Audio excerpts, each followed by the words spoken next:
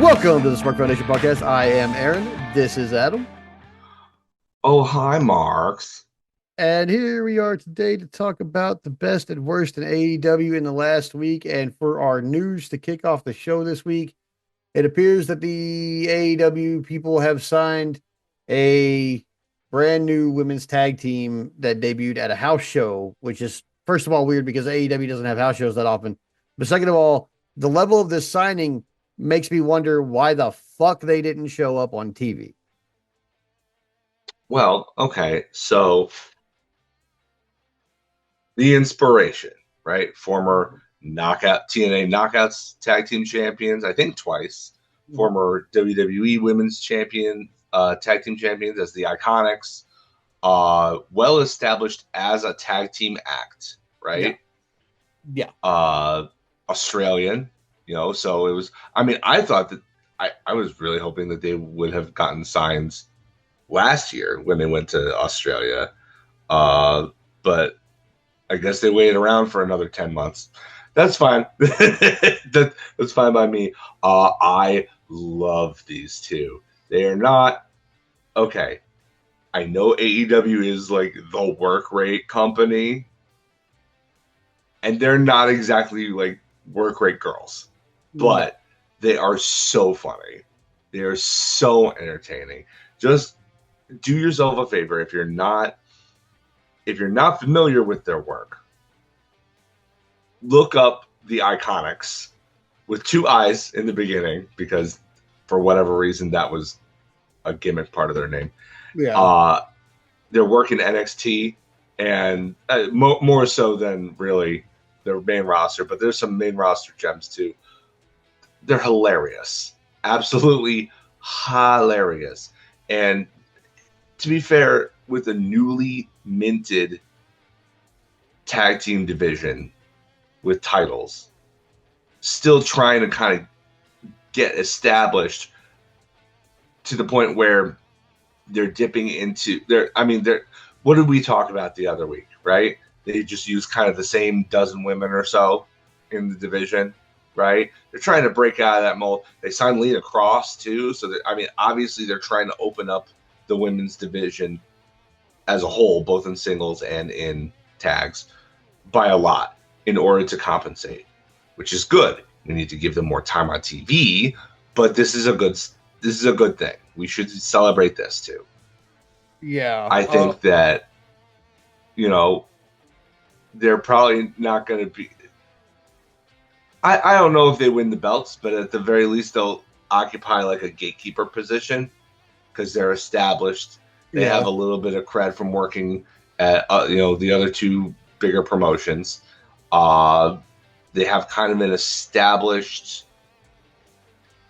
expectation of what you can what they bring to the table. They're because they're in comedy mostly. It doesn't hurt if they lose a lot. Yeah. Really, they're basically like the MXM collection of this division. It's great to see them on TV. It's great if they get a win every now and then. Not necessary, though. I'm really hoping the crowd responds to them before they have to tell them to shut up. Yeah. But, I mean... yeah. I mean, there's always that. Yeah. I mean, we definitely needed more women's tag teams. Oh, for sure. Without a question. The Lena Cross thing, I'm kind of iffy about because it's like I don't know too much about her. I know she's one. Australian, I don't know much about her. Two, another one of these I know big she's tall Amazons that Tony Yeah. Khan keeps signing. And three, they threw in with what I feel like is a stop-start duo who get pushes and then don't, and then do, and then don't, and then do, and it's like very stop-start with them. And I wonder if it's.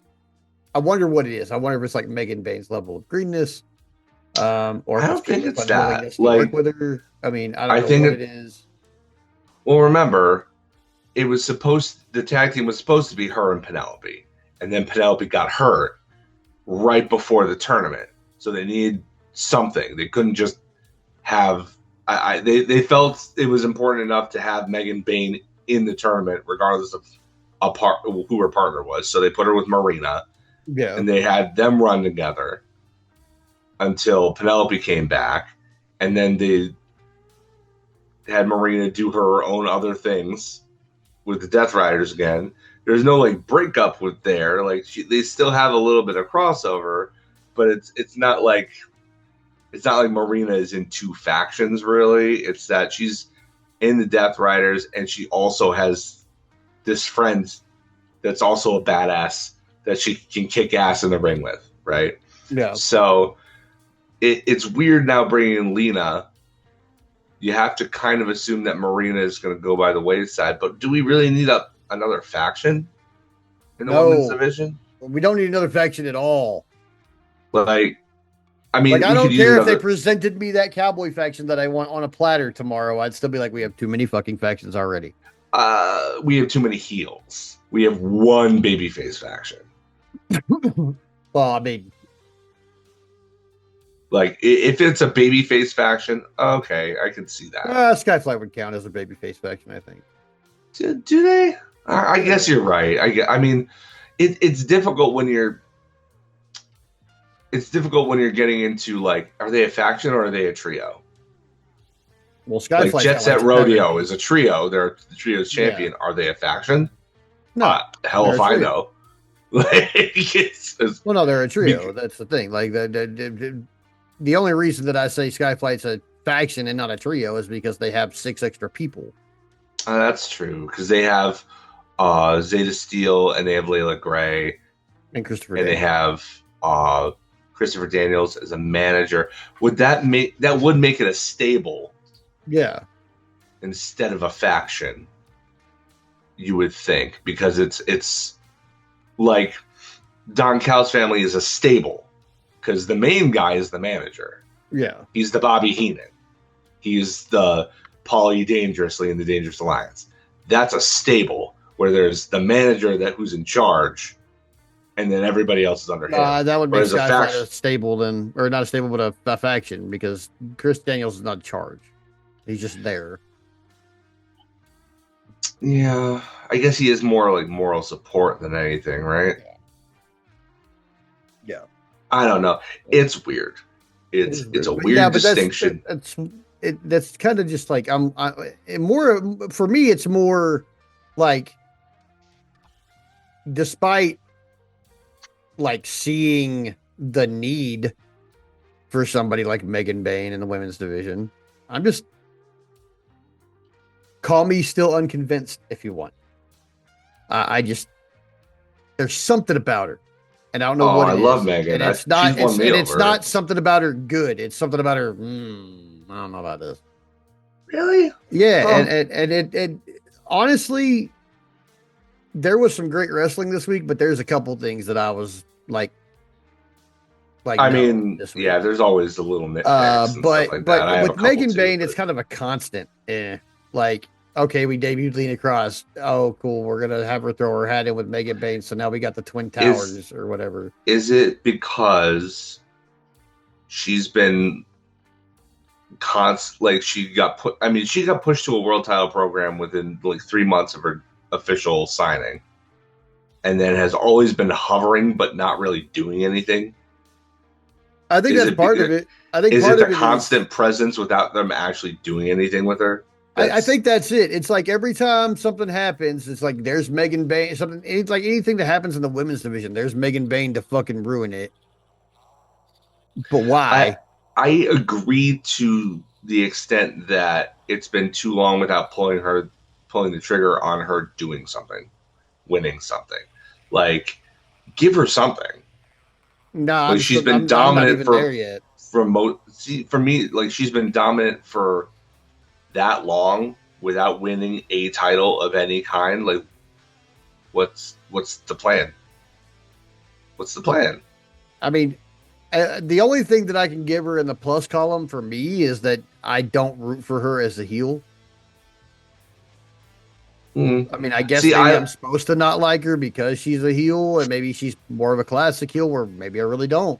You know, I mean, you and I are just gonna disagree on this. No, we're not gonna agree on this one. I'm not a big Megan Bayne fan, and I don't know that I ever will be. But then again, I think she's great. But 3 years ago, I would have been like, "Fuck Marina Shafir, I better never see her again." So yeah, I mean, I'll say this: I think Marina's had a lot longer to develop in the ring than Megan has, and I think Megan Bain is already a better worker than Marina. Like, I think I'm way Marina's more entertained by character. Marina than I am by Megan. I mean, she's got a lot of personality. I also Don't get me wrong. like, I do believe that Marina absolutely has stuff to bring to the table. 100%. Not knocking her there. Her selling is garbage, though. Let me put it this way. Awful. Like, maybe this is a better way to put it. When Marina is kicking the shit out of somebody, I believe that they're getting the shit kicked out of them. Well, I mean, a legit MMA background will bring that sense of legitimacy. Yeah. But Megan Bain's a huge bitch. She should be able to beat up any woman on the fucking planet. Look at the size of her, by God. And I still don't believe it. I don't believe it. Too bad, because they've gone out of their way to not pin her. I think that's weird to me. I think Toni Storm is the only one who's pinned her. Yeah, that bothers me too. A year is because how much to do nothing with her? How far down are you going to have to drive Penelope's stock or somebody else associated with her for her to just never catch a pin? Ever? Like, I mean, like I said, it suggests that there's a plan, but the evidence is not there. Oh no, that's mainly my problem. There is that there's not evidence of any kind of plan with her besides we're gonna have her run in at the most inopportune, fan displeasing times, and then do nothing else. Like barely any backstage. Like Penelope needs a mic in her hand constantly. For fuck's sake, let her talk. If Megan can't, let Penelope. So that even if this doesn't work out in the end, at least Penelope got to raise her stock instead of just taking L after L after L. I would say put mics in both their hands more often because they both need the reps. Both of them do. Like have you ever heard Megan say anything past like a single line or a few words? No. Some people don't need that. Some people don't, but I think that her character, after this long of doing the same shit and not talking and not develop, like we complain about Maxwell Jacob Friedman's character not learning things because his character is not developing, but where's her character? And that'll come up later today. It will. But where is her character development? There's been fucking zero. Like none. I agree, but I don't want it to be a Kane with the voice box situation. No, I don't either. I don't either. But I also don't think I don't need her putting up a voice box to her larynx. And then there's a few things I think that that AEW is probably immune from, and most of those things are the stupidest decisions WWE ever made, like Kane's voice box. I mean, or unmasking Kane, or putting Kane with Lita. Oh, never mind. In 2000, that was over. To be fair, it was a different time, and we were all stupider. But we were all. You and I were teenagers at the time. We were to dumb. This day, I cannot fathom why I thought that was cool at the time. Because I did. I'll admit that. At the time, I was like, we were edgelord teenagers, dude. Like we've grown past it. That's all there is to it. To this day, you'll never convince me that it wasn't a rib on Kane to unmask him with half his head shaved. Yeah, it was that. I mean, I'll never defend that. Mm-mm. Never. But he pulled that mask off, and he had the weird Caesar crown. I was like, they had no plan. Y'all just ruined all the scary about this guy. Y'all killed all of it right there. Well, that's why that's why they immediately went to him burning Jim Ross and electrocuting Shane McMahon's testicles. And that wasn't scary. Back. But see, that's the problem. That wasn't scary. Fucking when he burned Jim Ross, I was like, "Oh, that's fucking awful." That's Jim Ross. When he electrocuted Shane's testicles, I laughed like a fucking hyena. I thought that was the funniest shit. It didn't help that Jim Ross was completely motionless on the ground while in the background, he wasn't writhing or screaming. It's like, you're on fire. How come you are motionless right now? Right. But yeah, the Shane thing when he hooked up the battery. Because it was a stunt man. Yeah. With a fireproof or fire retardant suit on. Yeah. But and they couldn't move because they couldn't reveal that they weren't Jim Ross. So, Yeah. like, And if they stopped, that's drop, and why. roll, they might have set everything else in that office on fire.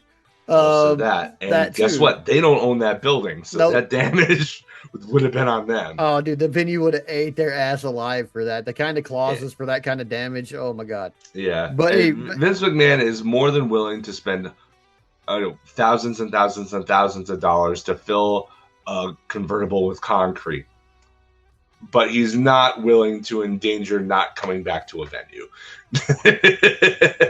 well, I mean, if you think about it, back in Raw, like during the Raw era when he did fill that Corvette with a fucking ton of cement, Yeah. not coming back to a venue at any time during that height era of Raw could have easily cost him that same amount of money, if not more. Yeah. Like It's he true. guaranteed that the gate at that fucking show paid for that Corvette, paid for that cement, paid for the truck, paid for Yeah, everything. probably. Like guaranteed it did because back then it was so hot. Like I remember buying Raw tickets at like God damn it, what was it called? I remember we just called it Cowboy Stadium, but before AT&T Stadium, before the big new one, there was the old house, and they did Raw there one time, and I remember it was like standing, like I could not get a ticket for a seat.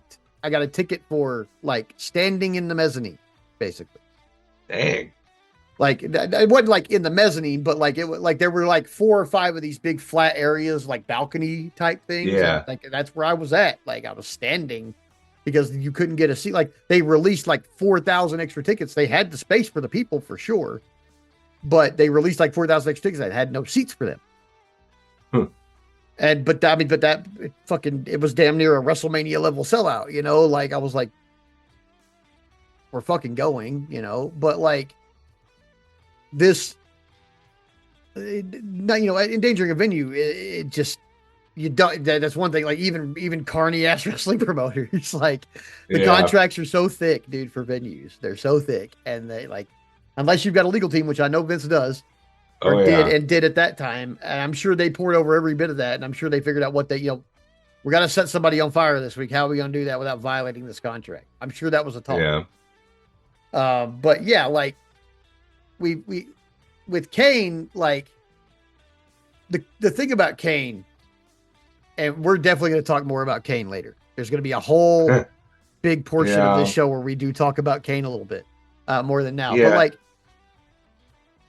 Kane and Megan Bain have this odd dichotomy and kind of parallel thing between them because like Kane came in. Now I feel like the story that they brought Kane in on was way better than how they brought in Megan Bain. Yeah. But, Megan I mean- Bain was a random Yeah. placement in a casino gauntlet, and just impressed people, and then she got signed, and that Yeah. was it. Now, the similarities with them though is that we don't talk, we're large, very dominant, not taking a lot of pins, pretty much the same. Like she doesn't have a mask and apparently horrific burns under it, which we don't even talk about that part. But she is very Kane-esque in the women's division, as far as like the way she's booked. The only difference between the two things there is that Kane had two things that Megan Bain does not, and that is TV experience from being Dr. Isaac Yankem and a few other different characters on WWE and WCW throughout periods of time. But also, Kane had Paul Bearer. Yeah. Kane had fucking Paul Bearer, man, or Brother Love at different times, but he had one of those guys. Megan has Penelope. Cool, I like Penelope. I do. That's one of the reasons why, like, this isn't a rant about how much I absolutely hate the mega bad or whatever, because I don't. And I don't hate Megan Bain. I just don't feel like there's enough there yet. Like, I need some character development. I need something. I see something. Yeah. Like, I get it. There's what you said is probably correct. There is got to be a plan in place somewhere. There's like I think we saw the beginning of that at the end of the tag team title match. Mm-hmm. There was let's say uh not proof of concept. What's the phrase I'm looking for? No, I think proof of concept Statement might of be it. intent. Okay, okay. Statement of intent with her. Um With the TBS title? yes. Um and I think that's a good direction for her. Honestly, her and uh Willow having an extended program, not an awful idea. No. All things considered, you get the Megasis versus the Babe with the power. Like I get it. Um, it does again overlap into that territory that we were talking about. How they just use the same women over and over, and they're overlapping. Like I love Willow, but she is a double champion right now in a division that could benefit from people not being double champions. Oh yeah, I agree with Really, that. Yeah. you know, the Yeah. division isn't really large enough to justify that. Yeah. It's I love I like I said I love Willow. She's in my top 10. We've gone over this. Yeah. She's definitely one of my favorite AEW performers. But like, and I'm happy for her, and I'm happy for Harley for that matter too. Yeah. But like, you should do one or the other at this point. Like, move one of the belts. I don't care. I don't even care which one, honestly, because Willow is now the only two-time TBS champion. She made that history. She's one of the first ever, and the inaugural women's tag champions. That history is already made. You can drop one of them. Yeah. You can drop one of them. Yeah. To let other people who haven't had those kind of opportunities shine. So you can drop the tag belts to Megabad, or you can drop the TBS title to Megan Bayne at this point. Like, I kind of would prefer it if it was the tag team belts that were dropped, simply because Willow's first reign was pitifully short, because the only reason she got it in the first place was because Julia Hart got injured. Yeah. And so they needed to move the belts. Yeah. And then she immediately lost it to Mercedes, Mm-hmm. Who had that thing locked up for a year and a half. So Yeah. almost 2 years. Yeah. So I would rather she drop the TBS title, I think, or the tag team belts, simply so that she can establish like a real title reign with the TBS championship. Yeah. Plus, if you drop the tag belts, that means Harley drops the tag belts too, and I'm not ready for that yet. No. I mean, it's back and forth in my mind. Which one would I rather? But one of them should go. Well, so that we can continue to elevate other people in this division. Yeah.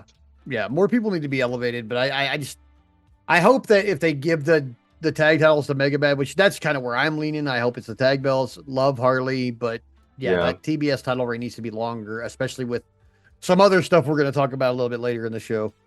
Not very long later. It's a couple matches into this first show, but it just,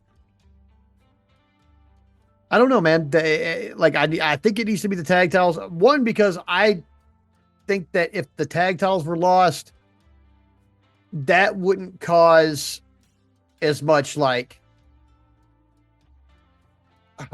if Willow drops the TBS title in the next like 3-4 weeks, there's going to be some fan backlash.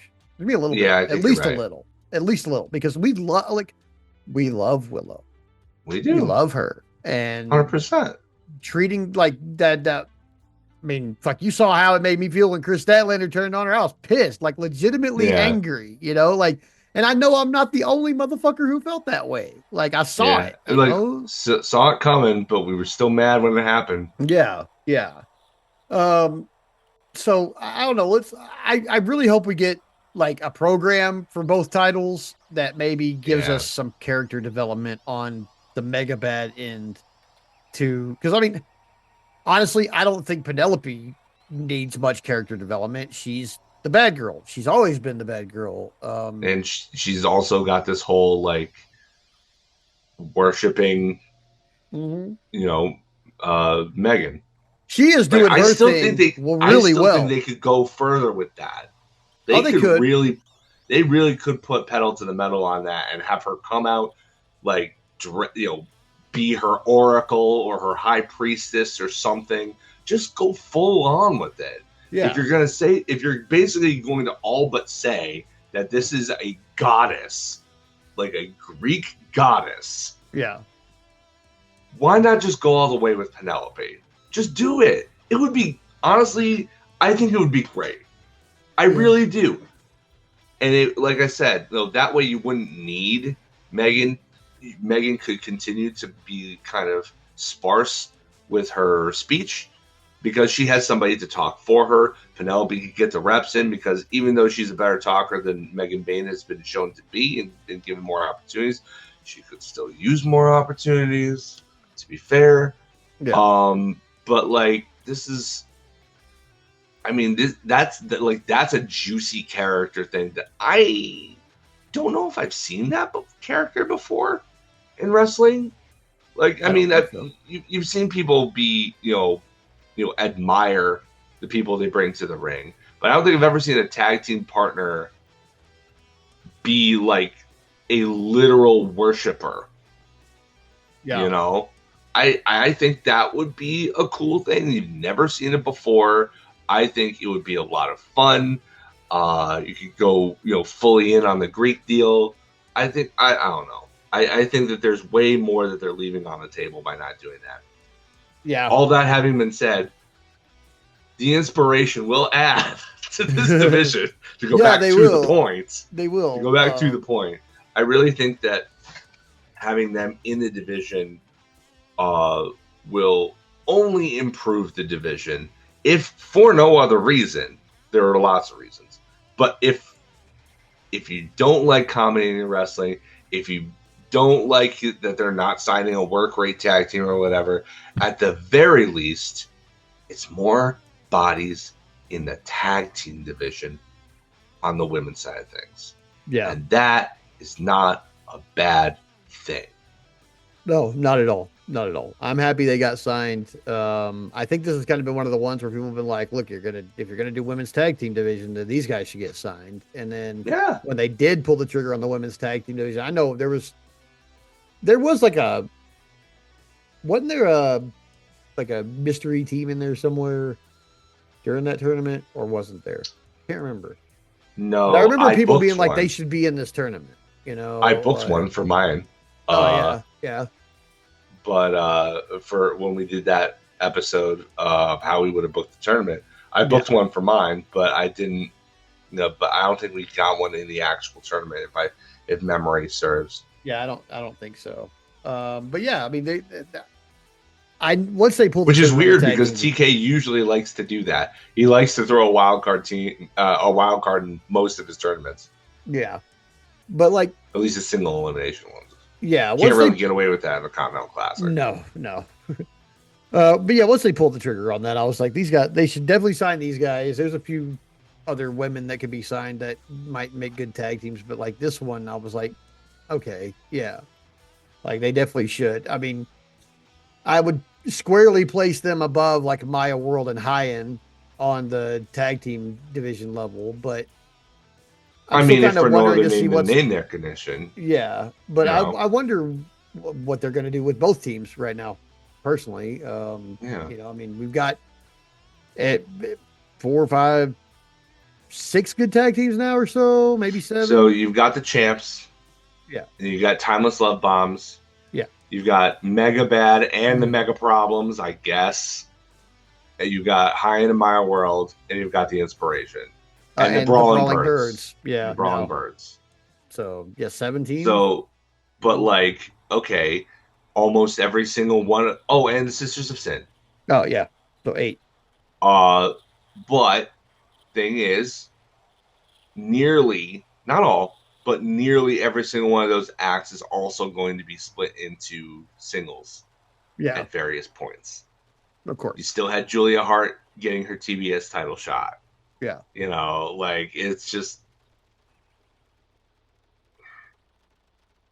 like I would like a clear division in the divisions personally, and I think hiring tag teams, specific tag, as tag teams, will help beef that up. yeah, Um, like I mean, it worries me because as much as I like the fact that they're trying to focus on the tag team division, it's like okay, well, you're putting Jamie Hayter and Alex Windsor together. Great, I bet they'll be great together. But they're still going to get singles title shots every now and then, aren't they? of Like course. because because you still don't have the depth to really divide the divisions. No, no, not at all. So With all the you injuries know, still on the plate and everything, yeah, they can't really split yeah. them and stay It's like I split. really want Mercedes to come back. I'm missing Mercedes because at the very least it was somebody that, for the most part, you could kind of expect to stay in her singles lane. Yeah, Couple of exceptions, but for the most part, she'll stay in her lane. Where's Athena? Call her up. Like, come on. how many Let's get times have this we got to going, say guys. that? Like, yeah, like, fuck, Let's get man. this going, guys. Let's do it. Like, pretty much at this point, when they call up Athena, they're gonna have to go ahead and call up Billy Starks too, because they both. I mean, like, she's been doing all the work too. Like, I mean, and even that's not even a for sure thing, because what if the reason that Athena gets called up is because she drops the Ring of Honor title to Billy Starks?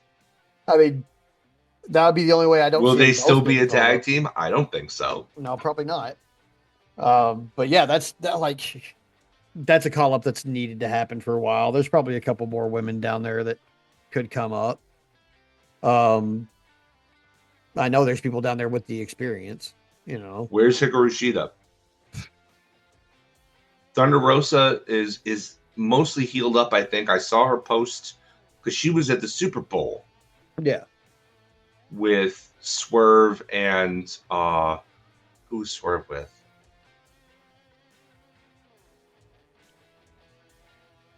Shoot, who was he? It wasn't Omega. Who was he at the Super Bowl with? I can't remember. Crap.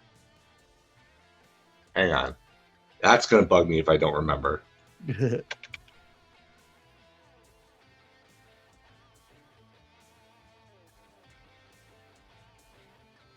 Darby. He was there with Darby. Okay. But yeah, she was there. She posted on, I think it was Instagram, that they had come up with a new theme song for her. So like she's ready. I think they're just waiting for a moment to reintroduce her. But like these staples of the division, Britt Baker is still nowhere to be seen. Like after a year and almost a year and a half, Yeah. like we still have players on the board that we're not using for whatever reason. Riho comes and goes, she disappears. Emi Sakura, comes and goes, she disappears. Like Yuka. yeah, Yuka Sakazaki. Poor Shuri got injured in her first match. Yeah. Yeah, I think she's still on the shelf, right? I don't know how her recovery is coming along, but No, she was poised to do some stuff in the division. Like, yeah, we have so many women that are just like sitting and not doing yeah. anything, and it's like this is where we start having the problem that we talked about before that wasn't really a problem, but everybody was kind of like AEW was doing all the extra signings and stuff like that. Everybody was kind of worried about roster bloat and making sure everybody had TV time and stuff like that. And now that at the time that wasn't actually a problem they were having. And now it's like, okay, you've got a women's division and a women's tag team division. You've got two separate women's singles divisions and a women's tag team division. Yeah. And we have to, like we talked about a few weeks ago, like do this 12-pack rotation of people to fill all three divisions when you've got almost a whole division of women just sitting at home, signed, ready to Yeah. work, but not working. If that's the case, look, Tony, I mean, maybe we need to panhandle for another hour of TV a week, maybe two.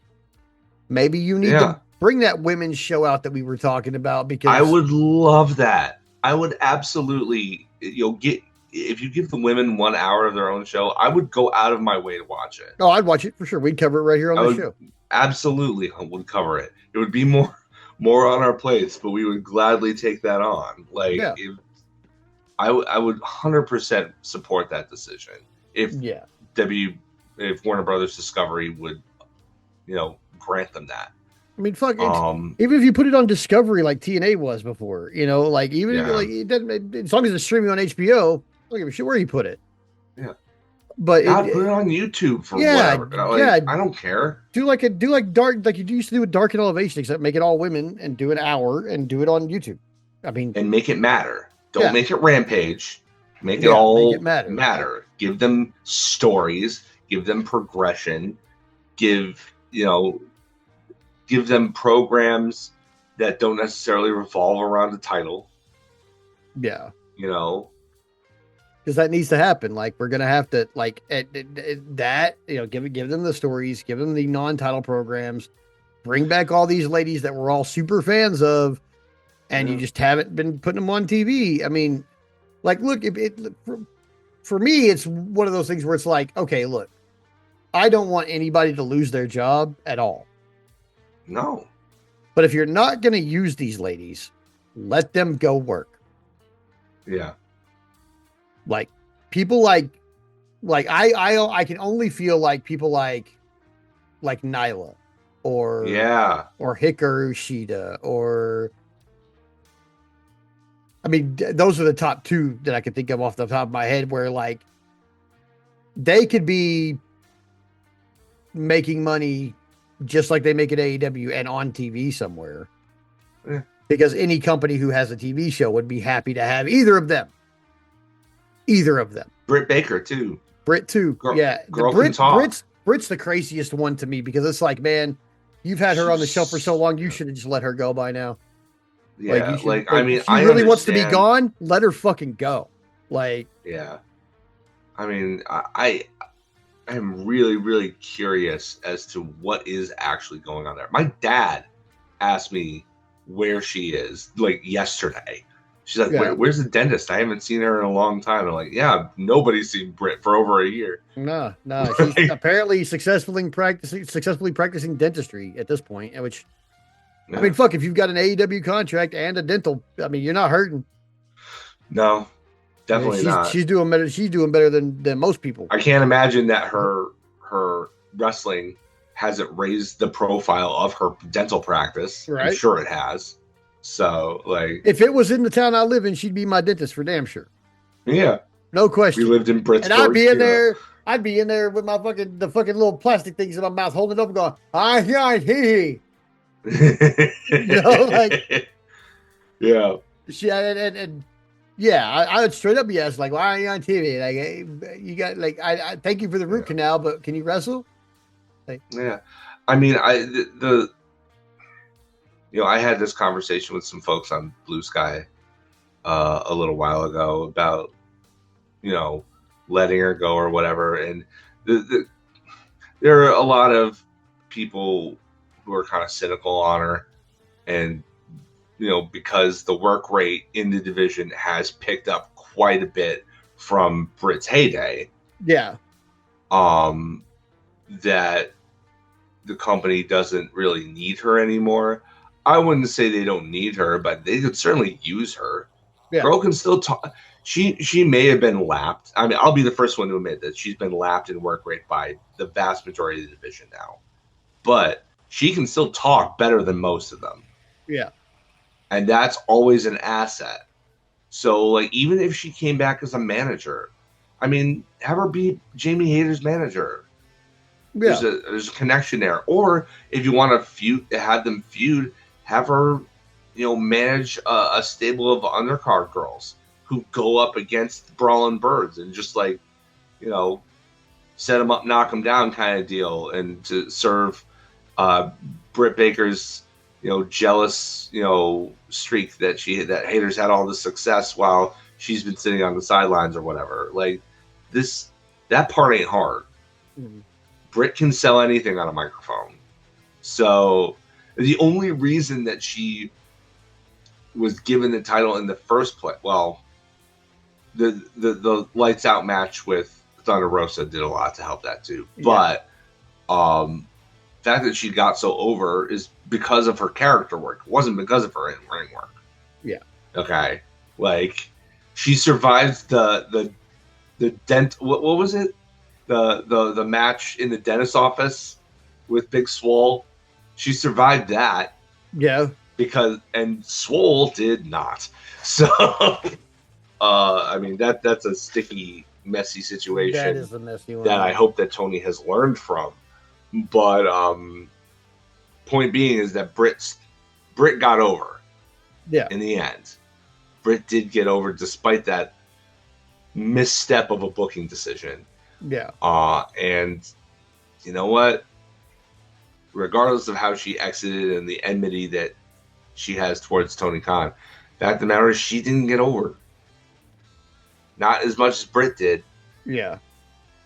So, that just speaks to Britt's ability to get over on the strength of her mic work and her character work. So, there's stuff that she can contribute. I just don't know where she is. But we have talked for a very long time without ever getting to Dynamite. So right. Maybe we should move on. Yeah. As you can tell, we have plenty of women's division woes still. So, yeah. There have been lots of improvements, but there's still lots to improve. So, yeah. That said, we are with Dynamite. We are in Ontario, California, for the Wednesday night. They are headed to Australia directly after this, so this isn't like a double taping. We got one crowd, one show. Good crowd. They were nice and hot. This is kind of a Young Bucks like hometown show. I think this is like the closest. Yeah, this is PWG country. Okay, yeah. I think this is the closest they get to Rancho Cucamonga. So, yeah. But yeah, I mean, starts off good. We got Tony Schiavone in the ring. He brings out Kenny Omega and then Swerve. Basically to talk about last week, but the miscommunication. Yeah. But very quickly turned into Swerve kind of riding down Omega for taking injury time. Which I thought was kind of unfair. Yeah, I was kind of like, that's not that's not endearing me to you at all. No. Maybe that's the point, but at the same time, I'm like, dude, like you really, like the man had 1.5 feet of his intestines cut out, and you're gonna come in here and be like, you weren't here. Yeah, it was not. That part specifically didn't really hit for me. It's like, okay, so if you're using this, you're okay. Obviously, you're covering for jealousy, and that's what you want projected to the audience, is that you're using that as an excuse because you can't admit that you're jealous of the attention that Kenny Omega gets and has gotten. I mean, it's pretty clear from the way. I mean, he's definitely jealous of the attention Hanger gives him. So, so I feel like that will probably become clearer as this continues. But they do this huge brawl. They go out into the audience. They go through it. It's pretty even too. It's not one sided. Mm-hmm. It ends when they're on the stage. Swerve spears Omega off the stage, and they both go through a table. And that's when all the referees and the security get there. Right? I'm like, you should have been here like 2 minutes ago. Yeah. Yeah, you definitely should have had like a cadre of referees off the stage be like, no, don't throw him off there. Yeah. I prefer to see the brawl, but the internal continuity was a little askew. That's okay though, because it was a really entertaining brawl. And to my utter shock, we're getting that match now this week, 2 days from today when we're recording this. Yeah. We're not saving this for the pay-per-view. We're just going straight to it.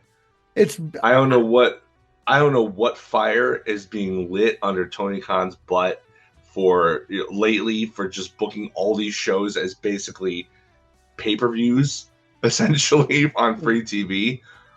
I'm not complaining, but it makes me wonder what we're actually going to get at Revolution in some of these cases. I don't know, but I can tell you what the fire is, at least from my point of view. And that's that. I mean, how many people have come to AEW? Because I can think of maybe 2 or 3 who have come to AEW, had a cadre list of like dream matches, and we maybe got 1 or 2 before we never got to see them again because of injury or something like that. Like, how many? There are still like 4 or 5 Daniel Bryan matches on the list that we have not had yet, and we won't. And we probably won't get. We're never going to get it run back with Kenny Omega. No, that hour-long match is never going to happen again. So like Daniel Bryan's a good example. More recently, Jake Doyle getting injured in his very first match where they looked like they were being set up to be serious. Well, they looked like they were being set up to be serious contenders to the tag title and could have been. And Mark Davis is super over, and everybody loves the fact that he was going to get him a nice shot out of it, Freak injury. Yeah, but freak injury. So, like, I think maybe part of it is Tony being like, look, Ben, the longer we wait, the more chance there is for us to not be able to do this stuff. Especially if Omega might be on his last big run. Yeah, he might be. Yeah. I mean, the way Omega's having matches lately, he might be on his last run, just not have told us yet. Yeah. Like I kind of like inferred that it's like, okay, the way he was talking about maybe I can be champion again. It almost seems like this is the undercurrent of that is like what he's not saying is that this is my last shot, so I better make it count. Yeah. I feel like that might be the case too. And honestly, after a diverticulitis diagnosis and that surgery and everything, I wouldn't blame him if he was like, you know what, I'm ready to hang it up. Yeah. I mean, he's going to have a job at that company for the rest of his life. Oh yeah. I mean, if he wants it. Yeah. I'm pretty sure he's not going to have a problem having work in wrestling at all. Yeah. No. So, I mean, Kenny Omega will be a Don Callis level fucking manager if he wanted to be. I think he's, I think that eventually Tony Khan can't keep doing it by himself forever. Yeah. I know that Bryan Danielson is his right hand, but if Omega retires too, then you probably have a great then he'll also have a left hand. Yeah. So basically, and God, he needs it. Like Tony, look, man. Like, we don't want you to overwork yourself. We don't want you to overpressure. We don't want you to fucking turn into Vince fucking McMahon, dog. Like, and doing all of this by yourself is where that will, and not necessarily you turning into Vince like the way he is, because God, I'm not ever going to accuse anybody of that without proof, but we don't want you to become a senile, crazy fucking old man who owns a wrestling company. We would like you to keep that wit about you that you have. And I think that the key to that is going to be knowing that you can't do all of this by yourself. You can't, it's untenable.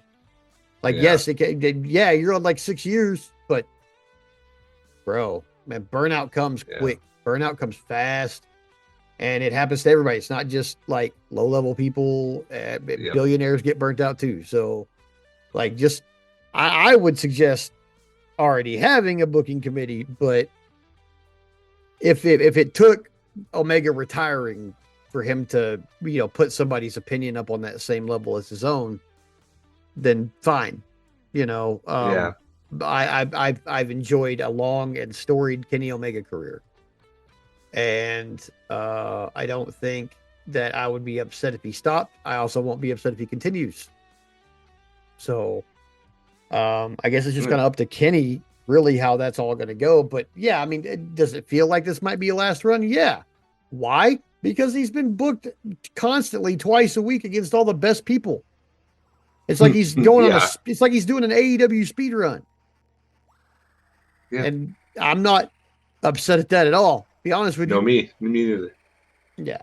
So we will see how this Swerve and Omega thing turns out this week, and we'll definitely be talking about it next week.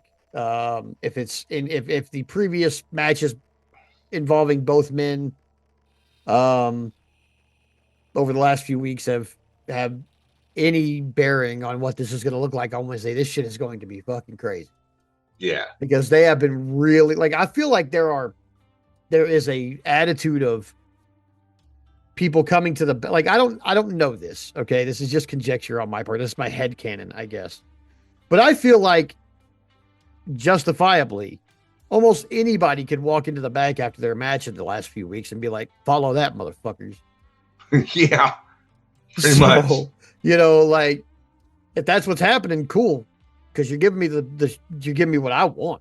Like Yeah, everybody trying to work their best. So we'll see how this all turns out. After that, we've got Renee Paquette. She's backstage with Fletcher and Don Callis, and she's bringing up all the pressure that Fletcher's under, but Callis cuts her off and he's like, "We give the pressure, and he's gonna beat Tommaso Ciampa, and we're gonna go to Australia and give him the hero's welcome he deserves." And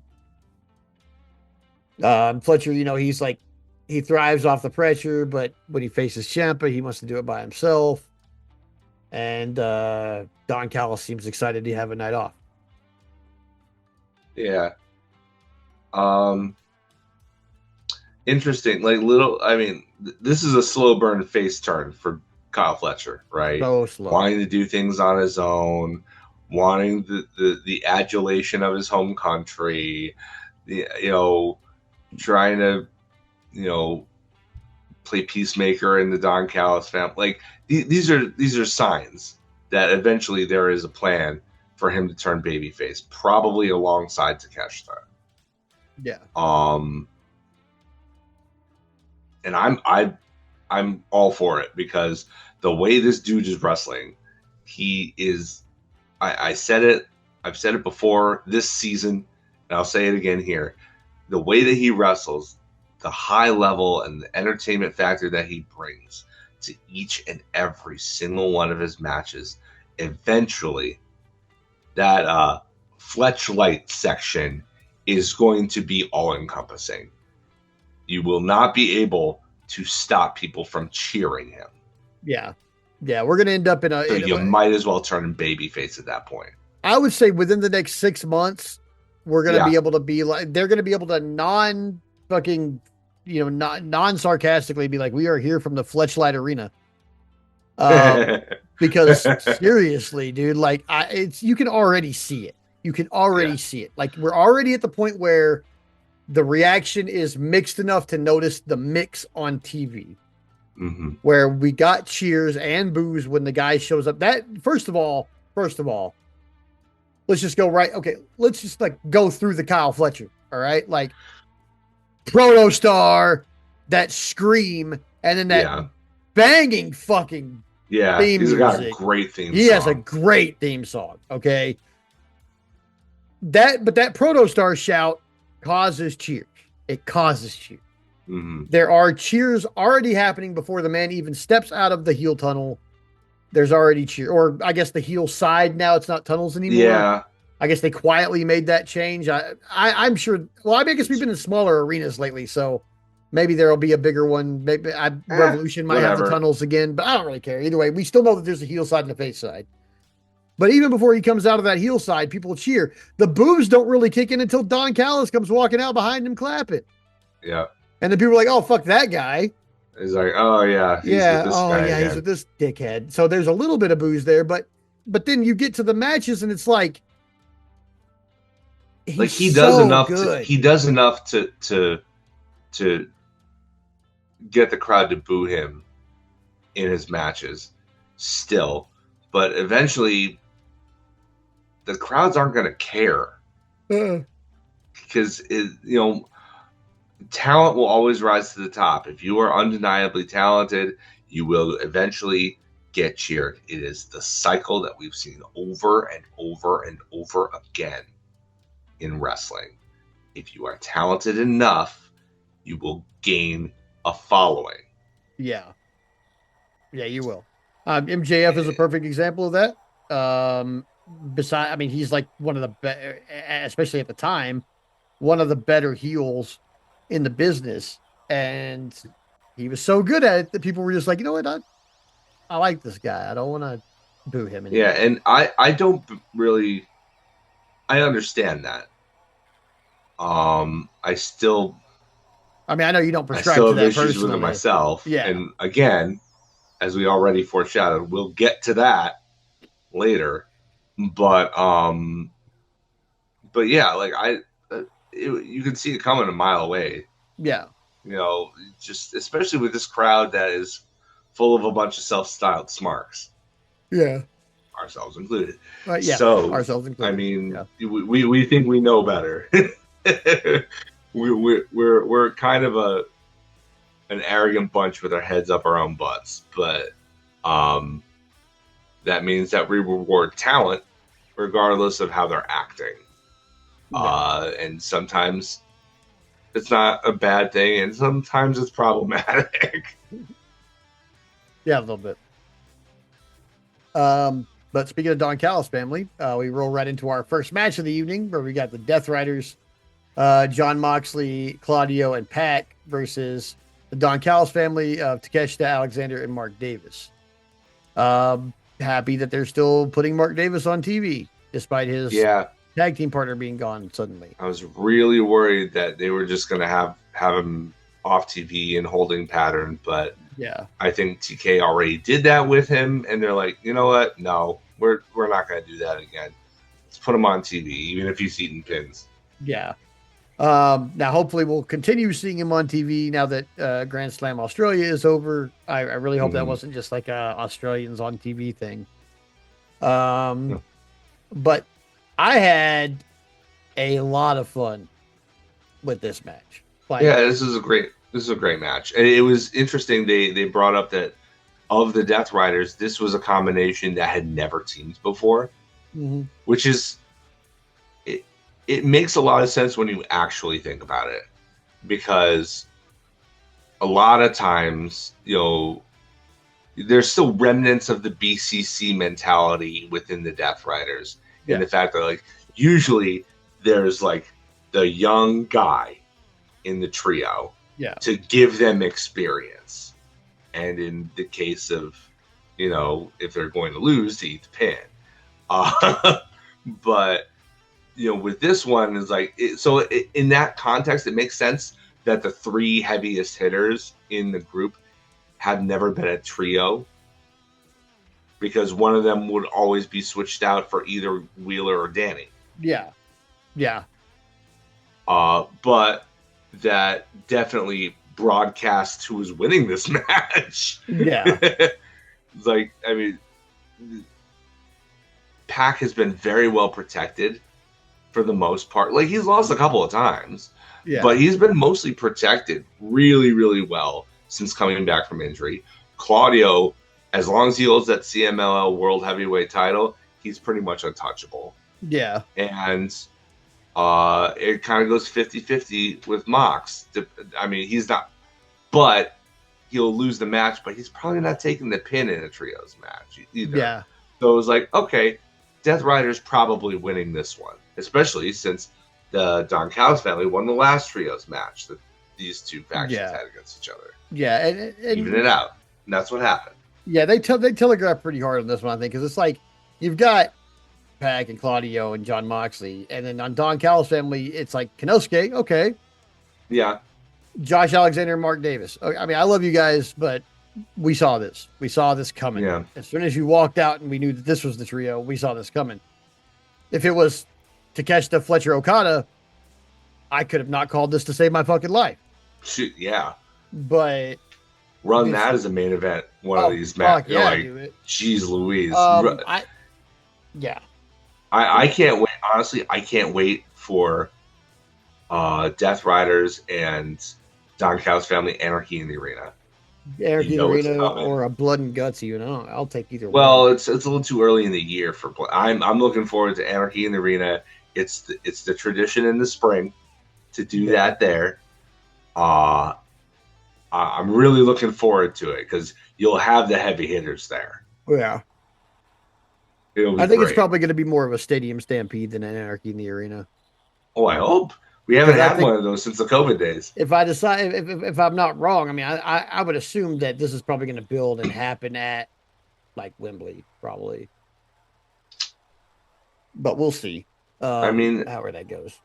the way that these feuds are constructed, I have no doubt that it will be ongoing at that point. I don't know if that match is the end point of it or not, but it'd be cool to see it return. Mm-hmm. The only downside is that it doesn't include a spot for Hangman Page to run somebody down with a horse. Says So, who? I mean, he's not a Death Rider, and he's not going to join the Don Callis family. But he won't join the Don Callis family. But there could be a level of acceptable respect between him and John Moxley, and he could 100% just run down a member of the Don Callis family on a horse. And I there would be history to suppose support that because we know Hangman hates the Don Callis family. he does. He does. So I think everybody does, actually, even the heels. I haven't heard from, well, I mean, I guess MJF and Ricochet like him, but everybody else is pretty much like, man, fuck that. Like, even though we're bad guys, fuck that guy. Yeah. You know, like, Fuck like the guys. and we'll talk head. about John Moxley and his ability to breed a certain level of respect between him and his enemies a little bit later on, because John Moxley is instrumental in holding on to your word, I guess. Yeah. Later on. But yeah, the fucking Death Riders take the win here. Of course they do. And like I said before, I had a shitload of fun with this match. Yeah, it was fun. I'm starting to find that like the trios and like 8-man tags and stuff like that are some of my favorite matches. Yeah, it's so funny. Like some of these trios matches are the most fun that you have, but like the actual trios division is boo boo. Yeah. So the matches are great, but there's no like consistent trios. Yeah. That rack up any consistent wins or stay together long enough to do that in order to challenge for the belts and make it mean anything. Yeah. And so, like, for me, I think the reason why these are so fun to me is because, like, this is like a future snapshot, is the way I see it. Like, trios and quads matches, I see as like future snapshots because we get, like, 5 minutes in the ring where we've got Pac and Takeshita, and it's like, ooh, yeah, or you've got John Moxley and more Mark, of that. Yeah, we got John Moxley and Mark Davis beating on each other, and you're like, ooh, maybe I want more of that, Like, I definitely need a Takeshita against all three of these guys one-on-one.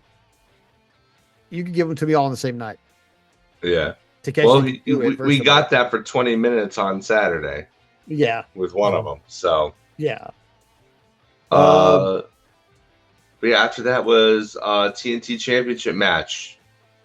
So more Don Callis stuff. Yeah, it's like a 30-minute Don Callis segment. Yeah. I'm going to just say this out loud right now.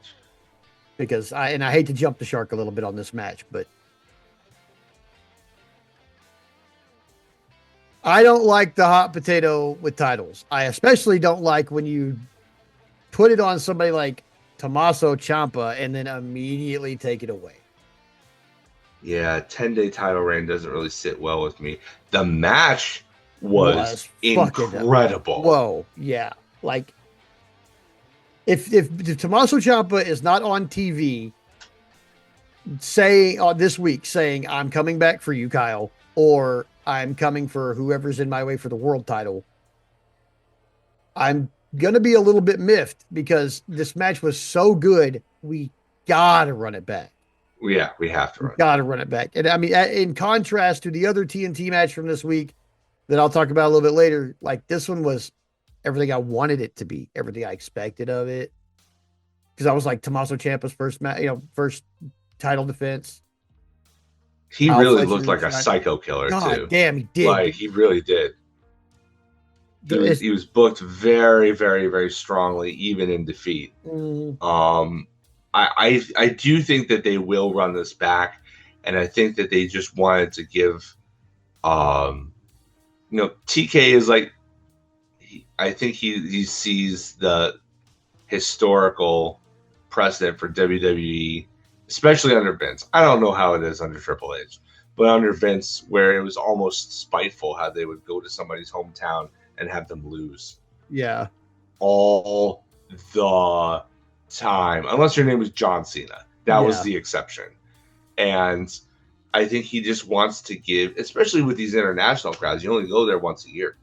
So you want to give them the best show possible, the most enjoyable show possible, so they show up again in a year's time. yeah.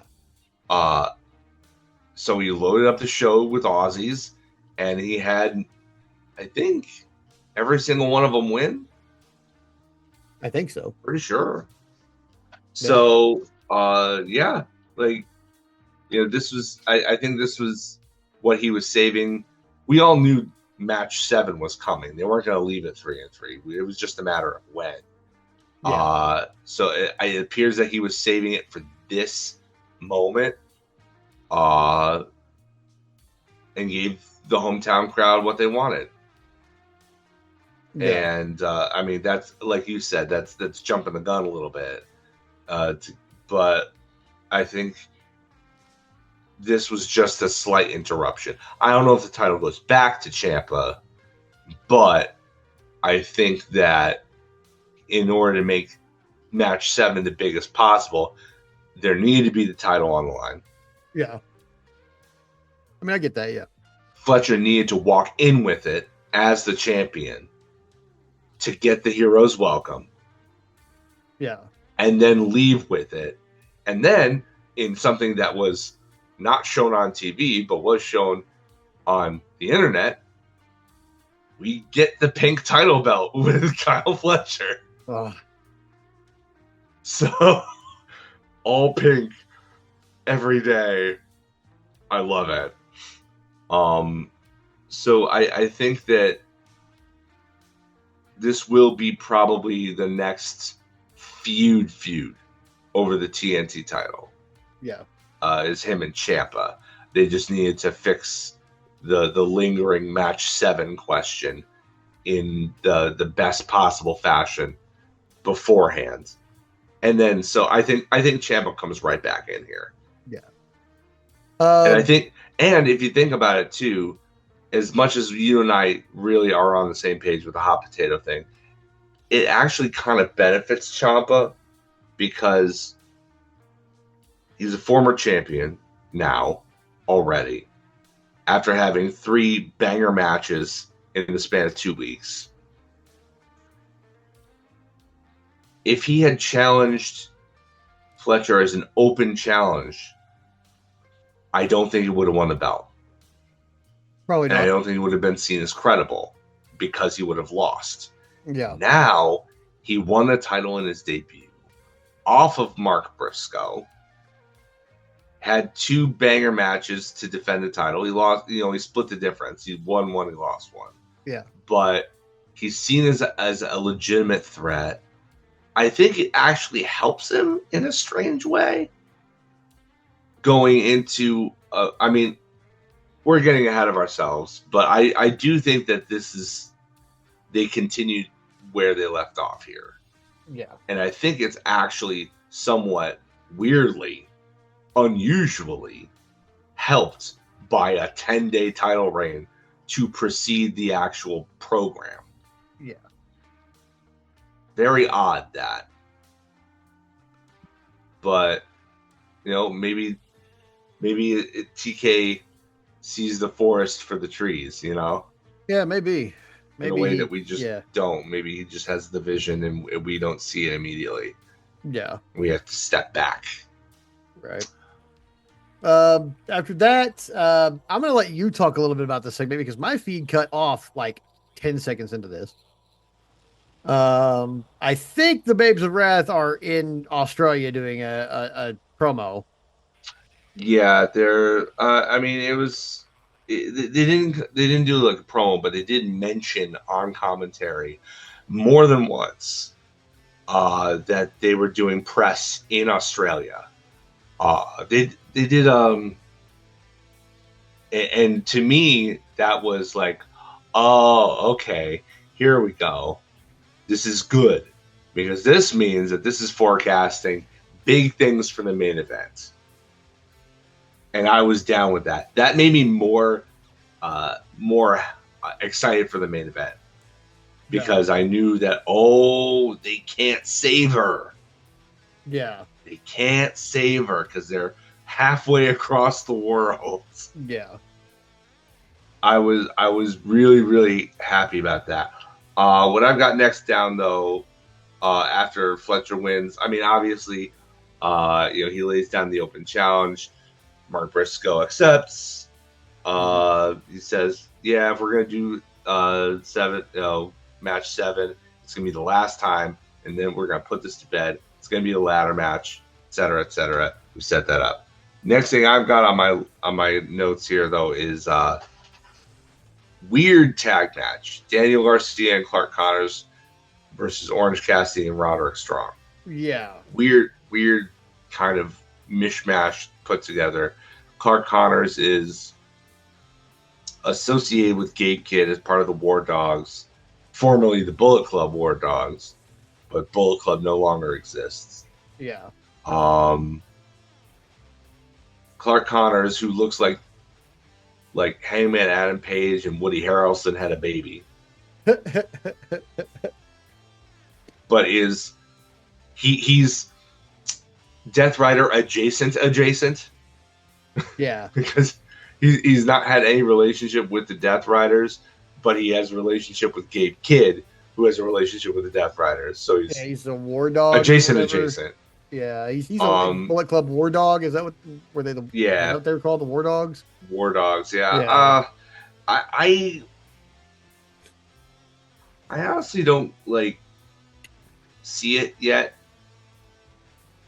Not yet. Anyway, like I mean, he's fine, but Yeah. I don't see him as anything like overly. He's not a standout to me yet. Yeah. Maybe that could change, and I'm keeping an open mind. But like to me, it's like okay, Yeah. Clark Connors is Is here. here.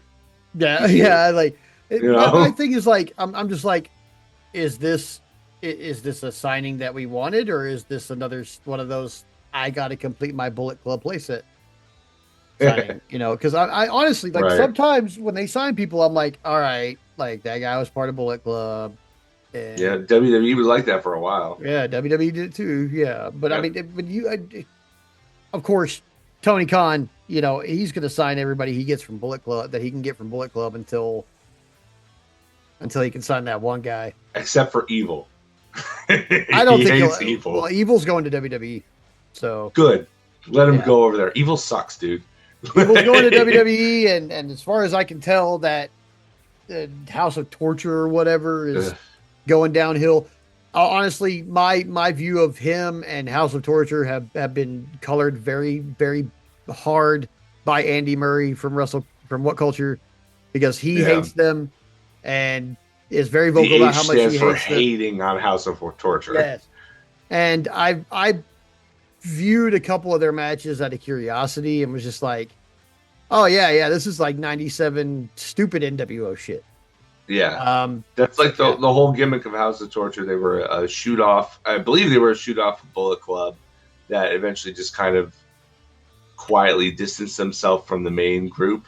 mm-hmm. And then their whole gimmick is basically like the worst tropes of Western wrestling, Oh god, okay, with all the interference and the DQ finishes, because they don't do a lot of those in Pro. no, They just don't, like, because they treat it more as a sport. yeah, So it's like this is their gimmick was basically they epitomized the worst excesses of Western sports entertainment. That was their gimmick.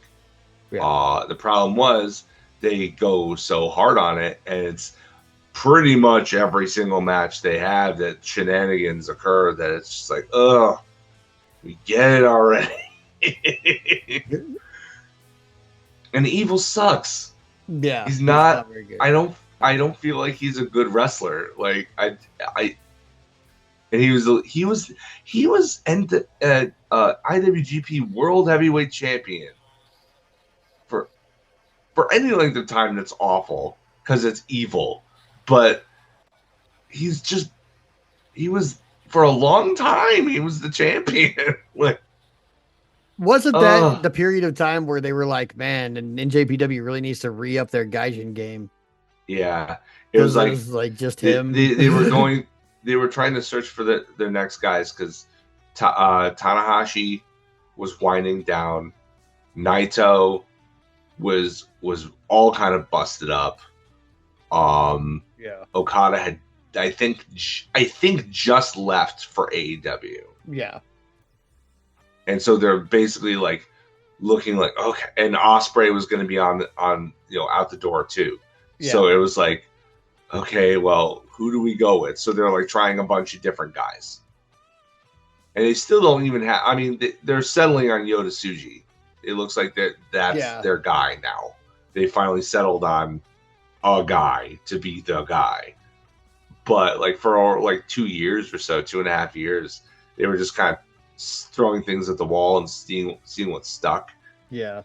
I mean, that's the only reason that Takeshita really got the momentum that he did. It wasn't even his talent, although there was a hefty fraction of that was that, but it was because he was a polished, legitimate product that could be used to give the rub to somebody else. Whereas they didn't feel like any of their young boys that they were trying to quickly move up the ladder could really take the mantle yet. Yeah. Yeah. I don't know. They didn't even trust Zack Sabre Jr. That's wild to me too, man. Because you want to talk about dependable and unique.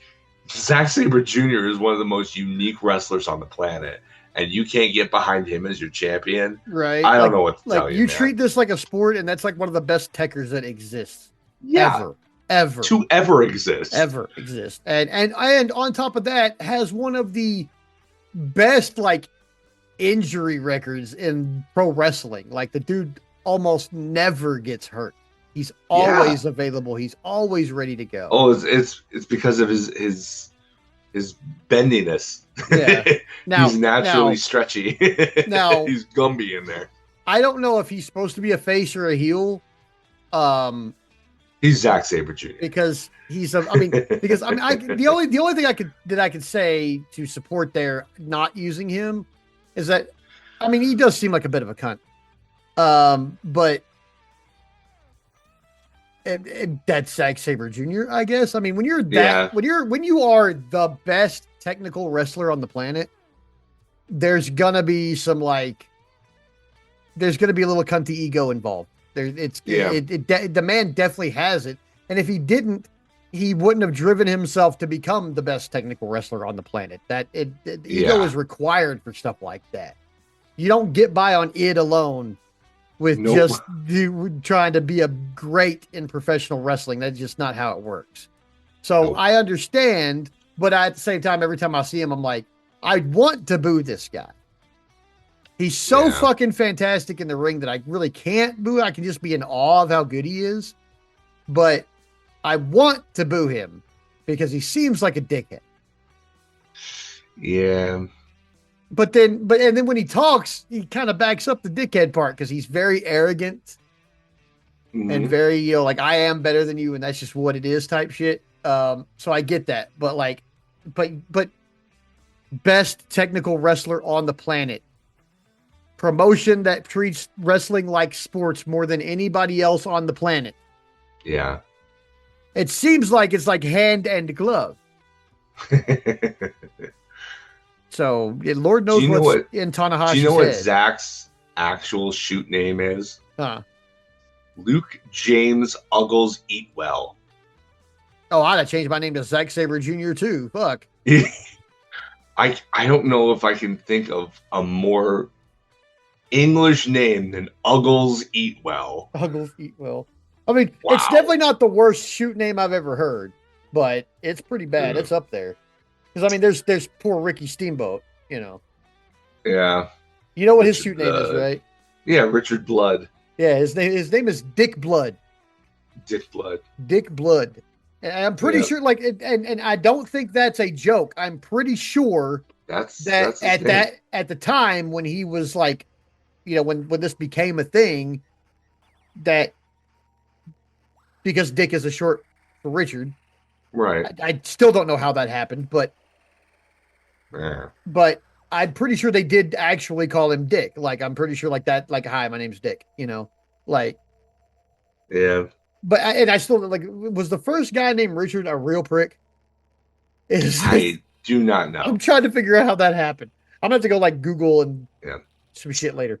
Anyway, this match was largely to just set up Roddy finally kind of breaking ties with the conglomeration. I mean, he never really had ties, according to him. Well, like, it looked like there were signs where it could have gone either way. Like, I felt like he could have broken with them, or eventually I could see a story where they wore him down and they finally won him over. It looks like they're going with the former idea, though. Now, theory time. Okay. Do you think that maybe they finally had this break happen because Kyle O'Reilly's ready to come back and that should be the feud? Like, what the fuck are you doing? Type, you know, like, I could just see Kyle O'Reilly show up, like, what the fuck, man?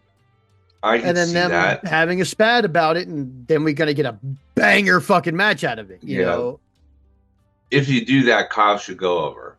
Oh, 100%. Kyle should go over and then beat Moxley for the Continental title. Yeah, I would go with that too. I would maybe even have Roddy join the Death Riders in there somewhere. And I know that's weird, but like, I mean, if we're about to have gang warfare with Don Callis' family, the Death Riders need to pad their numbers a little bit. And who better? Somebody tell me who better on the roster right now that's not already in the Death Riders than Roddy? Yeah. The backbreaker messiah, one of the best competent professional wrestlers on the roster, period. He definitely fits their motif. I think it's weird. It could wind up being weird. I like the idea of him being in the stable with his wife. I would like them to actually acknowledge that. See, but how do you do it? It's like, because if you acknowledge it as having always been the thing, then all that leads up to it is real weird. Maybe maybe it's a competitor angle. Roddy's a serious competitor. Marina's a serious competitor. Yeah. If you put them across each other in the ring, they're gonna fight. Yeah, you know, regardless. I mean, they're probably gonna go fuck afterwards, but they're gonna fight for sure. You know, the other alternative is they like introduce it, like they have a budding romance while they're part of the stable, but that's gonna ring. It's gonna ring false anyway, because we already know. Because we already know. You know, it's one of those things that they say. Already. Yeah, it's one of those like we know, but they're not saying it on TV. Kind of like how, like it wasn't it wasn't a big deal when somebody called Juice Robinson Mr. Tony Storm because we already fucking knew. Yeah, you know, like there was that whole thing, like when she was like, "I have a labia injury," and we were like, "Code Juice," because everybody knew, like that was the guy. I was like. Yeah, I mean, it was weird to me when I heard that, but I was at the same time, I was like, oh, maybe Juice has got something going on that we don't know about, you know? Yeah, that's the thing. The other thing, though, is that I'm not sure I'm sold on him joining the Death Riders because the reasoning behind it would probably be too close to what happened with Danny. If you can't beat him, join him kind of deal. Yeah, maybe. Like, and that's like... The time for multiple people with the same modus operandi or raison d'etre or whatever you want to call it. I got it. Same reason for getting into that. That should have been multiple people at the start of the group. Yeah. Not two people separated by almost a year. What I would go with in this case, if it's like, okay, we got to get Roddy into the Death Riders and somehow acknowledge his relationship at the same time. What I would do is be like, look, how are, like, of course I'm going to join the Death Riders. How are you guys going to expect me to keep fighting my wife alongside people I don't really like? Because, I mean, that's been kind of the thing this whole time. Like, Kyle's gets along with everybody, so he drug Roddy into the conglomeration, and Roddy doesn't really like these fucking people. Yeah. So now it's to a point where it's like, oh, y'all, like, why wouldn't I join them? You guys made me beat up my wife on several occasions just because you didn't like these people. And I don't even really like y'all that much, but I love my wife. So the only reason I was here was because of Kyle, and Kyle's gone. Here. Yeah. What am I even doing here? Mm-hmm. Like, we could definitely go with a, you can't, you know, past, you can't beat them, join them, just into, you know, like, why would I keep beating up my wife? You know, like, isn't it bad to beat on your wife? Like, why are you guys mad at me? Yeah. Him walking away in this match, though, doesn't prevent Orange Cassidy from still managing to pick up the win on Garcia with a cradle out of nowhere. So, yeah, most devastating move in all of wrestling. Yep, it's true. It's true. From here, Tony shows up. Tony Storm shows up to celebrate with Orange Cassidy. This was my favorite promo of hers in such a long time. Such a long time. It's been like weeks since we've got a good, like, jokey Tony Storm promo, and like, I have been waiting for this to return because this was my favorite part of her gimmick. My favorite part was when she said that she wanted to make Marina Shafir look like something they'd sell at Spirit Halloween. Oh man, she called her a mixed martial asshole. I fucking loved it. I love, so like, it's not very often where, like, I mean, I giggle at wrestling, I laugh at wrestling, but it's not very often that, like, I have to stop watching because I can't fucking breathe. But between the mixed martial asshole and the Spirit Halloween line and being so close to one, like, I was still laughing about the first one when she said the second one, and I started fucking hyperventilating, basically. I was like, like, this shit had me going so fucking hard. And I was like, this is the best thing. If they hadn't done the after part of this would have been like my favorite part of the whole fucking show. But then they had to be mean to Mina, and I'm just not with it. Yeah, I'm sorry. She seemed like, okay. Hands in the air. I fucking know Mina could probably whoop your ass. Like, of course, she's not like this delicate little flower. But yes, she is. And stop it. Okay? Like, cutting her hair, like, okay, I'm sure she said that was okay. It might have even been a wig or an extension that they cut. It was probably an extension. But at the same time, I was just like, no, you do not. Like, she is a precious commodity. Yes. Don't you dare put your hands on her. Right, exactly. Outside of a competitive context. Right, yeah, like her and Willow. Like, I'm like, don't you dare. Don't you do it. Yeah. Don't you do it. Don't do it. And here we were. And then when this happened, I was like, two things are about to happen. And I called them. Okay. And we'll talk. Yeah. I will talk about how I called the other part when we get to it. But the first thing I thought was Tony Storm's going to show up in denim. Like, she's going to be wearing her fighting gear, and it's going to be denim. And I was fucking right. Yeah. Because when she showed up and she took that robe off, I was like, yes, she's here to really fucking fight. Hell yeah. Like, it's not none of this, like, weird shit. Like, same denim pattern as Orange Cassidy's. Like, I love that they matched gear. We'll talk about that more here in a minute. I was such a fan of that, but I called it right here. I was like, she's going to show up in, like, fighting denim to whoop ass because of this. Yeah, she looked like Rosie the Riveter. Yeah, she did. So, But that's for later.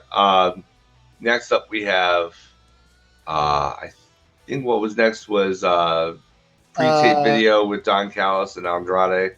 yeah, talking about how they're going to be him and Andrade and Hangman are going to go at it at Grand Slam Australia, Yep, which nothing over the top yeah, here. just a basic max set. And then we get Jet Set Rodeo talking about how they're looking for challenges for the trios titles, and they maybe want to go after the tag titles. And Knight thinks they should also go after single titles. If they somehow work that out, I might be amazed if that works out somehow. I don't know. I don't really want to see three dudes with three belts, but at the same time, I'm Me also neither. like, why not though? Mainly because like you could do that with Speedball and Knight, and then have them lose all those titles, and then they'd still be good for years afterwards. Yeah, Yeah, they'd be fine. They wouldn't be losing anything from that. I mean, Uh, there's a way that you could do it where they're the trios champions, and then they all win singles belts, or at least Jet Speed wins single belts, and then they lose the trios titles, and then because they have singles belts, they amicably split without having to turn on one another, just because they have other things to do and other things to yeah, focus I on. really don't want a turn angle with this trio or Jet Speed as a tag team. I don't Me want neither. Kevin Knight to turn on like. First of all, If anybody, it'll be Kevin. yeah, it would With be. the attitude that the cockiness that he's growing, I could Yeah, see it I happening in really hope that. that's not a planted seed either. Like, I really don't want. Like it happens to every tag team. Well, Could you we know what please fucking you know not what this they time? say, seeds is plants. Yeah, So see this point. Um, after that, we've got our tag team championship number one contenders match with the Young Bucks, the Rascals, and I'm fucking tired of being wrong. I'm I mean, I'm okay with it. okay that it I was thought, private party. I am yeah, okay with that. But am don't, I getting yeah, sick of being wrong? Fuck yeah. And I know I'm not the yeah, only one because like What Culture and Fightful and Wrestling Observer and fucking Friendo Club all fucking called the same shit we did. They all yeah. said the same thing we said. We all expected this to be Edge and Christian, and it wasn't. No, I But mean, I don't think anybody called private party. Like nobody this was called Private Party. No. that was fantastic. I was really, really. Uh, I mean, I was very pleasantly surprised. I I do, however, expect them to come out and explain themselves Yeah. in the coming I'm weeks. gonna fuck you in. Like, where you been? You've been gone for over a year. You lost the tag belts, and then you're gone for over a year. I don't need a shoot reason, but give me a work reason, Yeah. Tell me because y'all had a falling out that's or got too stressed or something. Just anything. because in their absence, the tag team division, not just because of their absence, but it still coincided. Tag team division kind of fell apart a little bit. A little bit. Yeah. So, like, I mean, Brodito held it up. You know, oddly enough, the thrown together tag team was the one to kind of bring it back up. But like there was a good like 6 or 7 months after Private Party lost the belts where it was dire. Yeah. I had a lot of fun with this match though. I Yeah, it was good. I It kind was of good to see expected the Young Bucks to Myron win. Reed Yeah. debut. Like I thought it was just going to be Zach Wentz in there, along with was Desmond Xavier, because that was the combination that we had seen up to this point. Yeah. But no, it turned out to be Myron Reed instead of Zach Yeah. Wentz. They definitely live on the Uh, Freebird rule. Like oh they yeah, for switch out a sure. lot. Based on what It's I've very seen of clear them, now. Yeah, the stuff that I've been watching, because I've been trying to brush up on these guys a little bit and see what's going on really. And yeah, basically what I'm seeing is that they're Freebird style. They just flop in and out as they fucking feel like, basically. yeah. I guess I just wasn't prepared for that because that wasn't what was. Yeah, I would have been more prepared for it if their second match in the parking lot it was Myron instead Yeah. of this one. Yeah. Because okay, you have two matches to where it's the same combination and now you're introducing the third. Oh, it just I don't know. The order probably matters to me more than it does to other people, but it didn't. It didn't affect the quality of the match. The No. match was another fun party match with you know incredibly talented individuals. Yeah. Private Party looks like, even though they haven't been in an AEW ring in 14 months, doesn't look like they've lost a step. No. So, No, it didn't look like they'd lost a step. The Bucks, putting on a classic match like they always do. The Rascals holding their own with these two like tenured tag teams yeah, very well. Actually, I thought that what was it? I wrote it fucking down because it was so cool. It was like a double thing that they did like two in a row. The Cancun tornado and then that 450 like back to back. I was like, jeez that's so Louise. fucking crazy. Like, Yeah, oh yeah, that shit had me locked in. But then, of course, yeah, I expected the Young Bucks to win unless it was Cope and Christian. Then I would have expected yeah, them to win. But I expected the Young Bucks to win. That's who ended up winning. yep. My Meltzer Driver favorite did part it. of this came afterwards, though. Yeah, Because I have been waiting for someone, including Ricky Steamboat over the past year, to do to Dax Harwood what Nick Jackson did to Dax Harwood. I have been waiting for him to pull that mic back from somebody and start interrupting their answer and get the shit hit out of him. And that's yeah, exactly what happened. And I was like, fuck yes. It could have only yeah. been better if they had put those titles down on Stokely at the end and then super kicked him too. But it was great trying to see him run away in a Yeah, wheelchair, he's all like, and it's like I can't. I am always getting pushed around. I don't actually know how to do this by myself. mm-hmm.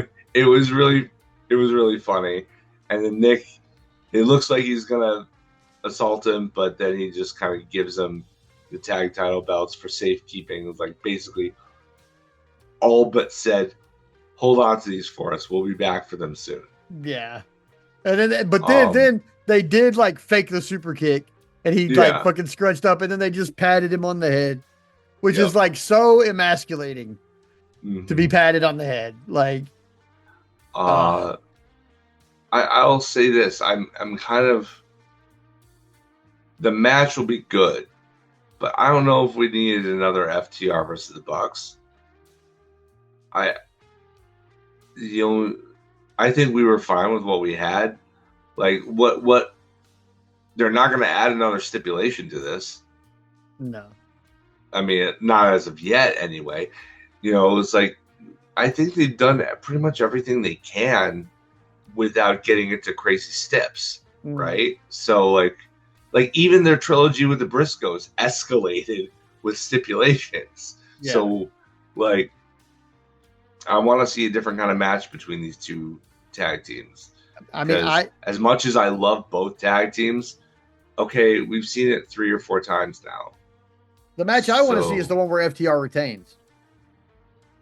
they're well. I think the FTR lost the belts to the Bucks the first time. Yeah. They beat them the second time. And then third time, I don't I think the think belts they were up, were. I right? think that was their run where they were they were like triple champs, right? Yeah. And they defended one of those tag team, one of those.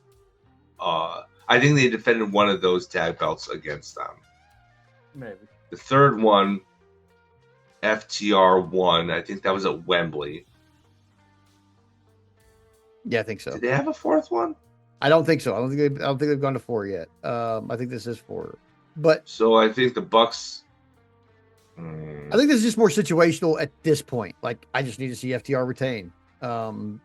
Because really what it feels like the tag division has been moving around the tag team title, like around the tag team champions, as opposed to involving the tag team champions. It's been kind of weird.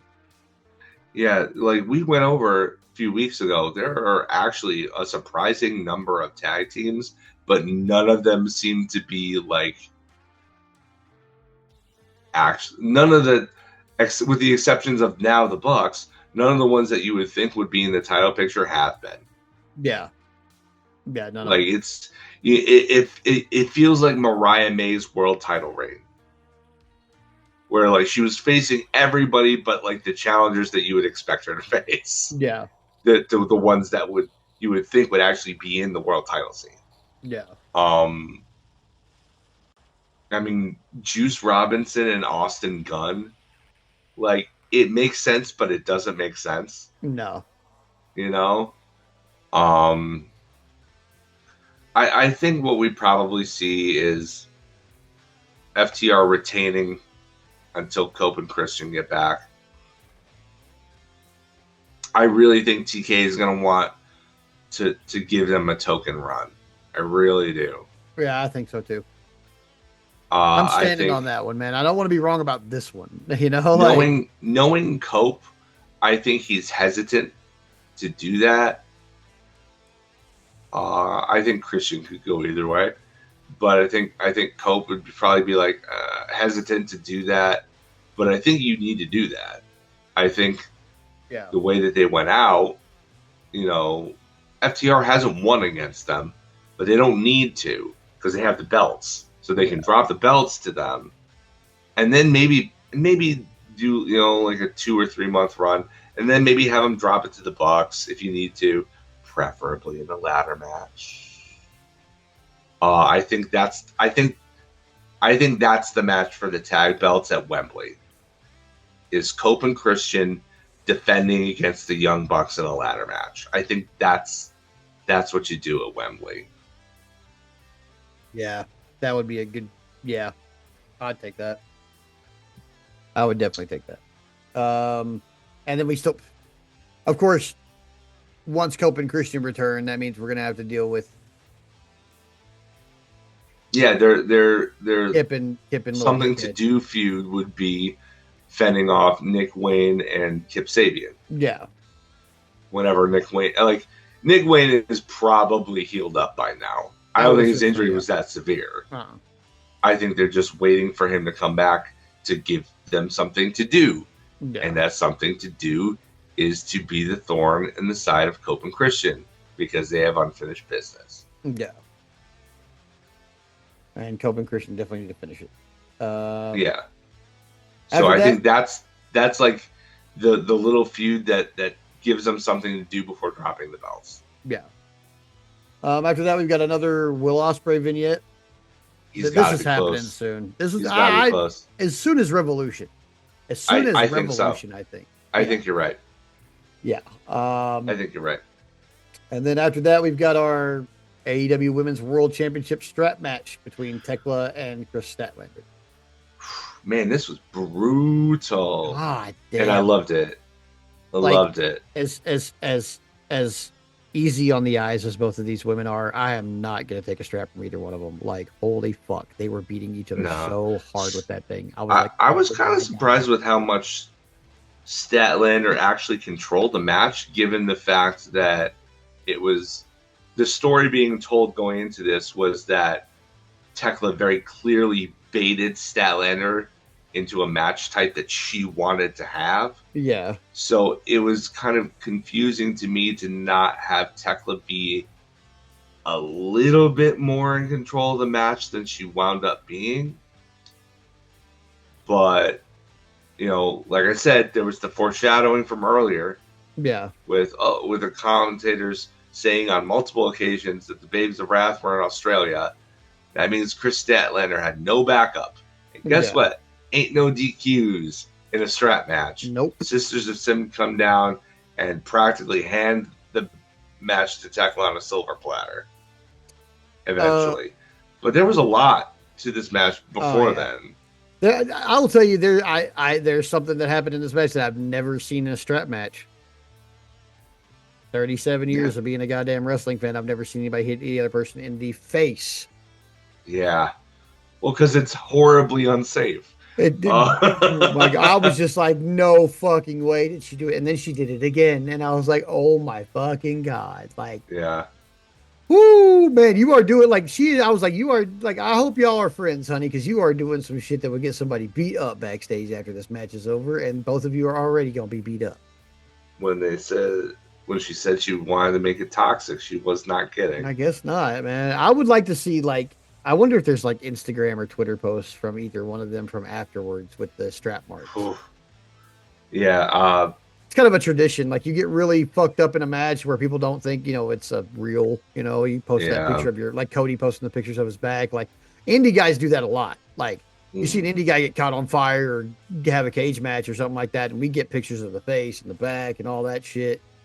I would love to see what Statlander looked like face and back after this match was over. Well, I mean, she was bleeding buckets by the end. Oh yeah. Yeah. It was it was brutal in the best way though. It was. Oh yeah. I am not a fan of the ending. Not as in Tekla winning. I didn't want that to happen. I thought back to that hot potatoing the title thing, and Statlander really deserving a better run with one of her fucking titles than this. Well, here's the thing. It doesn't seem like it's been a long time, but she's had it since like October, September. So it's been a little bit. I mean, it's been like 4 months, but I just feel like she could have had a better run. And she beat Toni Storm clean twice. Once to win it and once to defend it. She beat Mercedes finally after having lost to her twice. She beat Jamie Hayter. And she already beat Tekla once. She's beaten literally all of the top contenders. Yeah. All that would have been left would have been like the Anna Jays. The people who have like no legitimate shot of winning, or Megan Bayne, who they have other plans for, clearly. So, yeah, I mean, she did what she needed to do with the belt. She established herself as the Cosmic Killer. It took interference to actually beat her. So she's still protected. Honestly, I'm okay with it. And you need to start elevating other people. Like, if you're going to have this 12-pack challenge deal, better start elevating some of them. Yeah. And Tekla, she's been great all year. In this whole year that she's been signed, she's been nothing but excellent. Yeah, give her a run with the belt. I don't even care if it lasts until Revolution and they just switch the title back. Because at least that would have been something. I mean, I'm not, like we've already gone over a couple times now, I'm not a big fan of hot potatoing normally, but in this case, I feel like it actually could move the story forward. Maybe. We'll to see where they're going to go from here, because it's really kind of, even after Collision, still kind of unclear where we're going with the women's title from this point. Triangle Madness after the match continues to try to beat up on Statlander, but then she gets saved by the Brawling Birds, so we finally get a debut of them, kind of. Sort of, yeah. And then that's how Dynamite comes to a close. I'm not necessarily a fan of the title changes, but at the same time, I didn't have a bad time watching any of the matches. I thought they were all really good. Overall, pretty good episode of Dynamite. They've been on a hot streak with Dynamites lately, especially, and I don't think that's going to change anytime soon. We seem to have a pretty killer run up to Revolution that we're going to be treated to pretty much. So I'd like to see where all this goes, and kind of looking forward to what the next surprise is, or what the next. There's got to be a debut or a return, or maybe multiple at Revolution, I'm assuming. I mean, I'm assuming Ospreay. I'm guessing maybe that's where Cope and Christian come back. Especially if there were shenanigans in that title match, the tag title match. Kyle Fletcher could make his return, or not Kyle Fletcher. Kyle O'Reilly could make his return. I mean, I'm hoping. I'm hoping Shida or Thunder Rosa or somebody in the women's division. any of the uninjured, just sitting on the sideline women. Yeah, literally any of them. Any of Yeah. them. Even if you brought one back that I love just to turn them heel. Any of them. Yeah. All right. But that said, we got That brings us to Grand Slam Australia. yeah, at the Kudos Bank Arena in Sydney. There are 5 matches on this card. Any single one of them could have been a main event on any indie show in the world, and we got 5 of them in the same card. All 5 of these matches could headline the next 5 pay-per-views, and I don't think I'd have been mad at all. Yeah. But we kicked it off with, I think, is probably my favorite match of the night. No question. That's a tough call. It is a tough one, but Moxley and Kenosuke, man, they really fucking it's such a great match. They wanted to open this with a bang, and they did, man. I mean, I was kind of surprised that it was as slow to start as it was. Mm-hmm. But once it heated up at around the 7-minute mark or so, they put the gas on the stepped on the gas and didn't let up. I loved that it went to a draw, because that means we'll run it back at Revolution. Yeah. I love that it went to a draw. After about 5 minutes of that slow start, I knew that's where it was going. Yeah. Because that's kind of what you do when you have a 20, 30, 40 hour long match. You pace yourself. Yeah. Especially at the beginning. When it's 20 minutes, 5, 7, 8 minutes, maybe pacing yourself, and then you go hard for 12. Which is exactly what happened here. Yeah. And what even better than that was this was not some like bullshit, I'm in the middle of a 3 count when the bell goes off type shit. Like they were still beating the living shit out of each other when the bell rang, and they were both just like, the fuck, like we want to go some more. The other thing that really surprised me about this match though was that Moxley, who since winning the Continental title has been mostly a babyface leader of a heel faction, definitely wrestled as the heel throughout this entire thing, and Takeshita definitely wrestled as the babyface throughout the entire thing. Yeah, it was very, very clear dynamics there. It's very weird how Moxley can remain consistent in his character while still oscillating between heel and face in terms of how he wrestles in a match. It's very strange. I mean, it's a testament to his talent, but it's very strange. It's like you never really know what's going on with him. Like, am I supposed to boo you or am I supposed to cheer you right now? But no, this made it very clear. Like Takeshita was very, very clearly the babyface here, and not just from a response from a crowd kind of deal.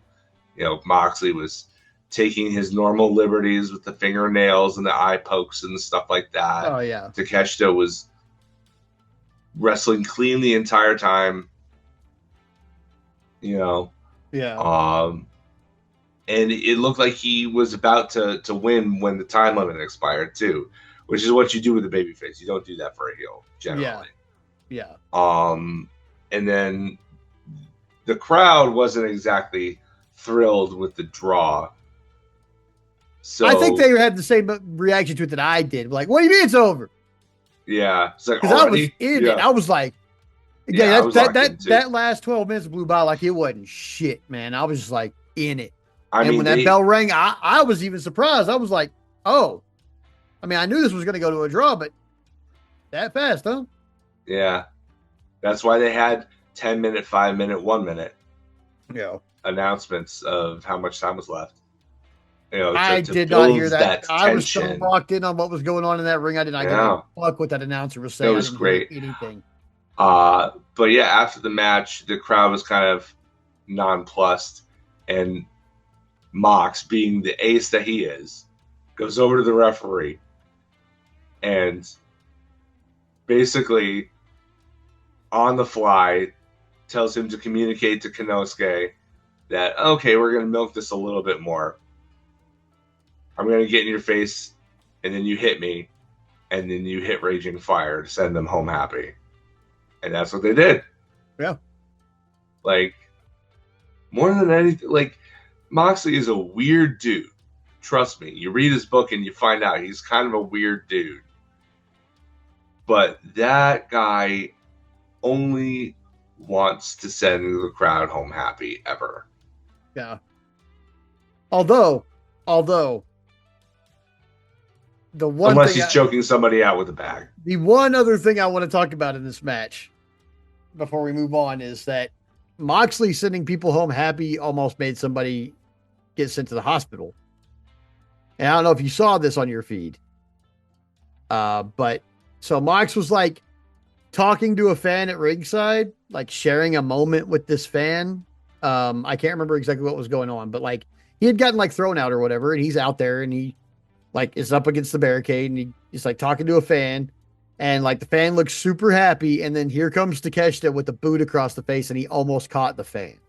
Oh no! Like she was like an eighth of an inch from hospitalization, like because she doesn't know how to take that, you know. And plus it had already come on, it had already ricocheted off Moxley, so no telling how awful it would have been. But yeah, like Moxley's over here like, oh yeah, I got this fan over here. Hey, how you doing? Blah blah blah blah. Oh shit, there's my face. Oh, almost yours too. Fuck, you know, like poor fan almost catching a stray.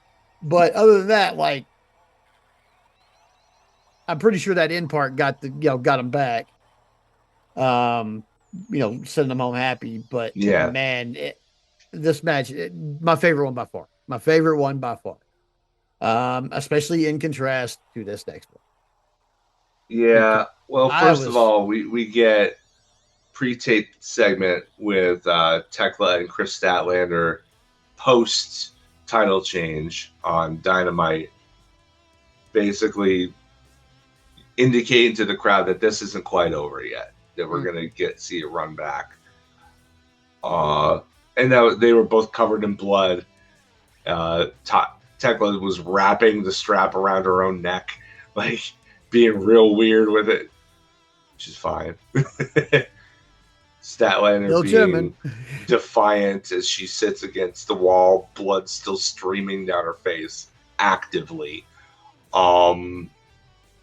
Yeah, I mean, this is, for the people who, saw that and thought maybe, oh no, my gosh, this is over. No, it ain't over. It is not over. No, they're definitely gonna be running that back. Probably no fat lady sung. No fat lady sung that I heard. Fat lady's still sitting on the bench right now. That shit is not over. Yeah. But yeah, that takes us to our next match. Babes of Wrath and Megabad. So I liked that Harley came out here looking to kind of redeem herself from getting pins in the Eliminator match and just like taking it to him. Yeah. I thought that was a great little character moment. But a lot of the work in this match wasn't really, especially from Harley. I hate to say it. I don't want to pick on her. But like, I think in her enthusiasm, there were there was a little bit of work that could have been a little bit more polished. Yeah. I think that could have gone pretty much all the way around. I'm glad at the result with the Babes of Power winning. I'm glad that Harley got the pin. Other than that, I will say, Harley Cameron hitting a Canadian destroyer was not something I expected. Oh, no. I definitely didn't expect that. That was awesome. That was awesome. This match had flashes of brilliance, but overall, especially after that Takeshita and Mox match, I was just like, man, this is not. I mean, she's not as good as I wanted it to be. I expected also, more. this match ended on a backslide. Yeah. I hate backslides. This is not 1974. Like, get backslides out of here. I know why they did it. It was so that there wasn't. It was so that there wasn't a reason for Penelope to be knocked out Yeah. so that when they attacked them after the match, it would make sense. This is where Lena Cross makes her debut, and yeah, she's as big or bigger than Megan Bayne. Yeah. That's a big Easily as lady. big. Yeah. Where And is Tony Khan finding these Amazons I mean, he's got money. that he's Maybe he's in the populating Amazon. AEW with? Maybe in the Like, Amazon. I mean, maybe he's got. maybe. I don't know, man. But Jesus Christ, like she's huge. And I'm like, I'm at the same. I'm like, cool. But then they're siding her straight up with Megan Bayne instead of making her the foil for Megan Bayne. So it's like, maybe I don't Yeah. know. We'll see how this goes. I guess. I I'm not. suppose there could be something to being like. There's not really been like you compared them to like the two towers or like the skyscrapers or whatever. I don't think, to my knowledge, I can't remember at least a Western women's tag team that's kind of had the two big tall lady gimmick thing. Yeah. So I don't know. Maybe there's something there. Maybe. I don't know anything about Lena Cross's work. I don't really either, except for what I've seen on like Dark and Elevation and stuff. And I don't remember that because she was looking at the lights. So I don't know what to expect from her, but I expect at least competence, I guess. Yeah, I'm hoping there's competence. So I guess we'll see if this is a good signing or just a make the crowd happy in Australia signing. Who knows? Yeah, I mean, I'm sure someone can educate me. Feel free to do so. Yeah, I'm not afraid to say I like don't know, and I don't know in this case. After that was Andrade El Idolo versus Hangman Adam Page. Oh, they were in a tough spot having both the number one contendership and the world title match on the same card, because as soon as you knew the outcome of one, you had the outcome of the other. Yeah, you could easily predict. Yeah, it was. Yeah, once I knew the face won this match, I was like, of course. Yeah, I mean, and we'll get to the main event. But would Australia have burned the motherfucker great. down if Andrade beat Hangman? Like, holy fuck! I mean, I wouldn't have minded it if it had been Brody that wound up winning the belt, because then you can run that. Revolution is in Southern California. That's a great market for both of those guys. Van Nuys is right, is not far, and with the built-in Latino audience, I mean, that's a great match to have. And if you want, you could take advantage of Andrade's popularity with the ladies and turn him babyface after the match if you wanted to. Like, there are options there. They went for what was safe. But I will say, Page beating Andrade after Andrade beat two former world champions did give this a little bit more gravitas. Yeah. A little more heft and weight to the match. Andrade continuing to show out.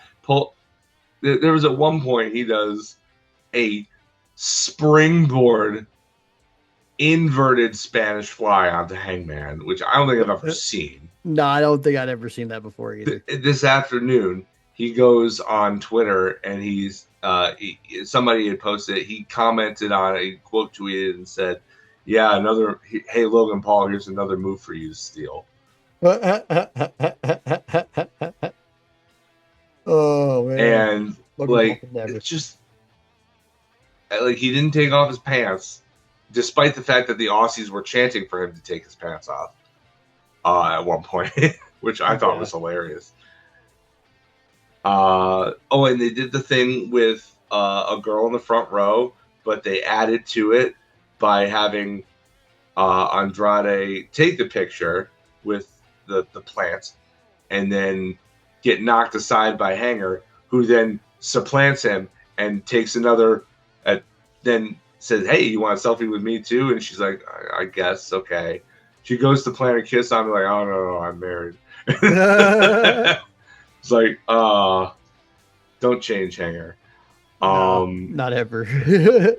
And then the finish comes where we have a smart baby face who learned from the previous two Andrade matches where he got the distraction, hit the low blow, and then hit the DM for the finish. He blocks the low blow. He sees it coming and he blocks it. And he gives him Hits one him with himself. a buckshot. Yep.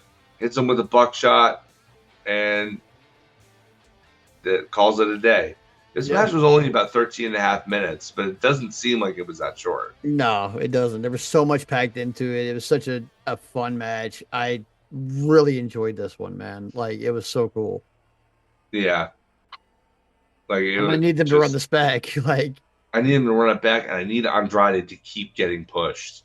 I need it. Yeah. I need it.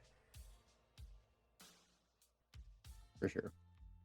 Yeah, I felt like they almost went home too early. Yeah, I thought that too a little bit. Like, but I mean, I know that they needed as much time, especially for the ladder match, as possible. Like, you can't have a short ladder match and have it be satisfying. Yeah. So even if it wasn't the main event, but that wasn't what was next. What was next was Orange Cassidy and Timeless Tony Storm in a tornado tag match against Wheeler Yuta and Marina Shafir. Loser of the fall gets their head shaved, bald, and this one didn't even make it to the ring to get started. No, they immediately started. Like, the Death Riders are coming out to their usual entrance in the crowd, and Orange Cassidy and Tony Storm came out to meet them. And it was, I keep saying it, but I had a lot of fun with this one, man. Like, this, I really enjoyed this match. Yeah, the experiment continues where, like, over the last year, Tony Khan has done more mixed tags, inching ever closer to true intergender parity in these matches. This one was almost exact parity. Like, the men and women face off against each other in this match far more than any of the previous matches that came before it that were mixed tag. Usually it's like, they find creative ways for the women to hit the guys and for the guys to almost hit the girls, but then, like, it gets reversed or interfered with somehow. This was just like Wheeler Yuta hit a Tony Storm with a pile driver on a table in the crowd. That's about as full contact as you're gonna find. Yeah. Yeah, like, this was a true mixed tag match. Like, I feel like they keep getting, they're at the line, they're at the finish line here. Yeah. I think that you could really make a case for more of this to be the norm. Because I don't think I heard a single bit of backlash for this. No. I think part of it is because Wheeler Yuta and Orange Cassidy are both smaller dudes. There is that. It's more of a fair fight. Because, like, if one of these dudes was Brian Cage, there'd be some backlash. Okay. Well, yes. I think what also helped was the finish, because not only did Yuta, the obvious aggressor, get his instant karmic comeuppance, he got it at the hands of Tony Storm. Yeah. He takes the Storm Zero for the loss.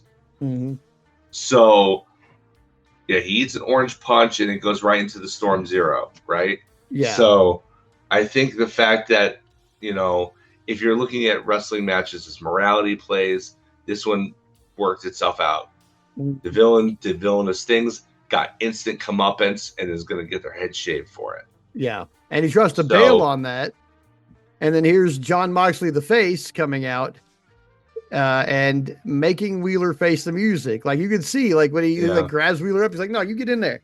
You get in there and you do what you said you were going to do. Moxley the face. I feel like Claudio or Pac would have made him do it too. I mean, probably, but we still got Moxley, doing it. Yeah. So.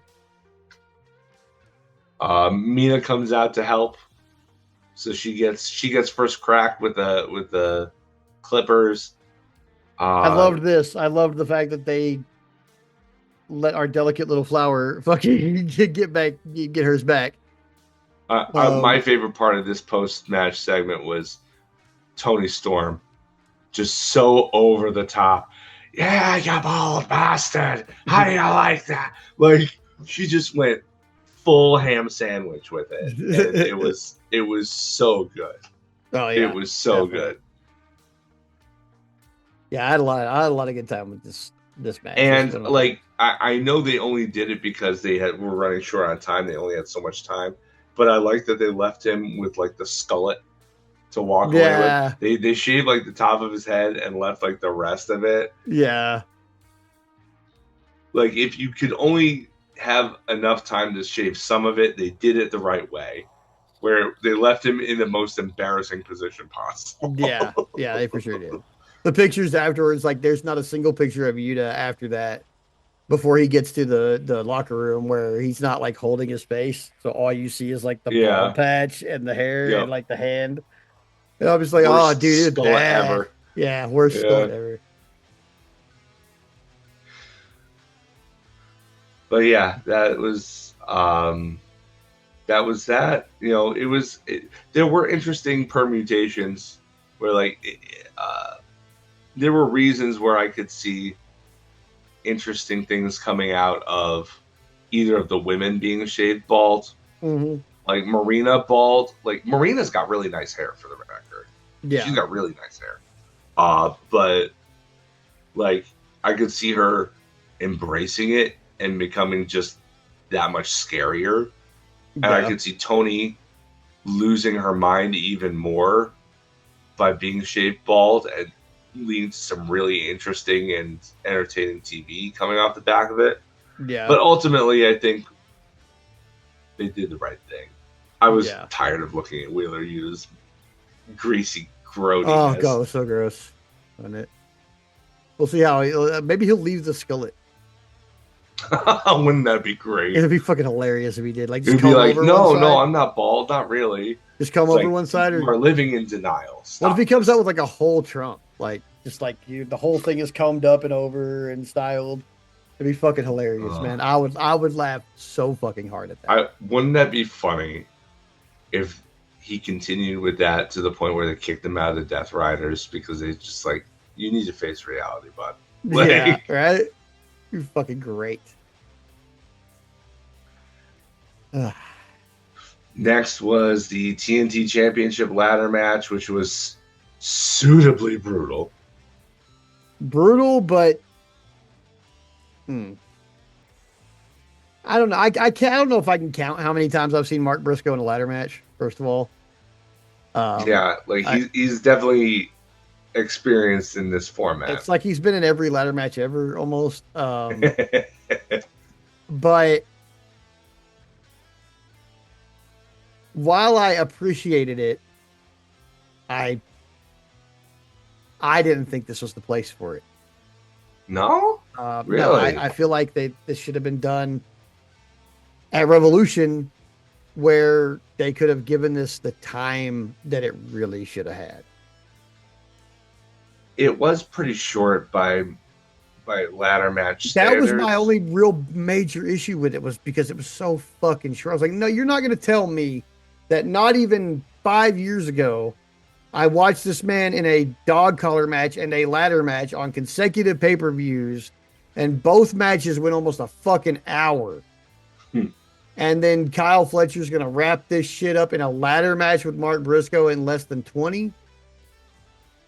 Are you fucking kidding? Like that, like as much as I did enjoy the brutality and like I thought both of them really did a good job, the end of it was tainted with that thought.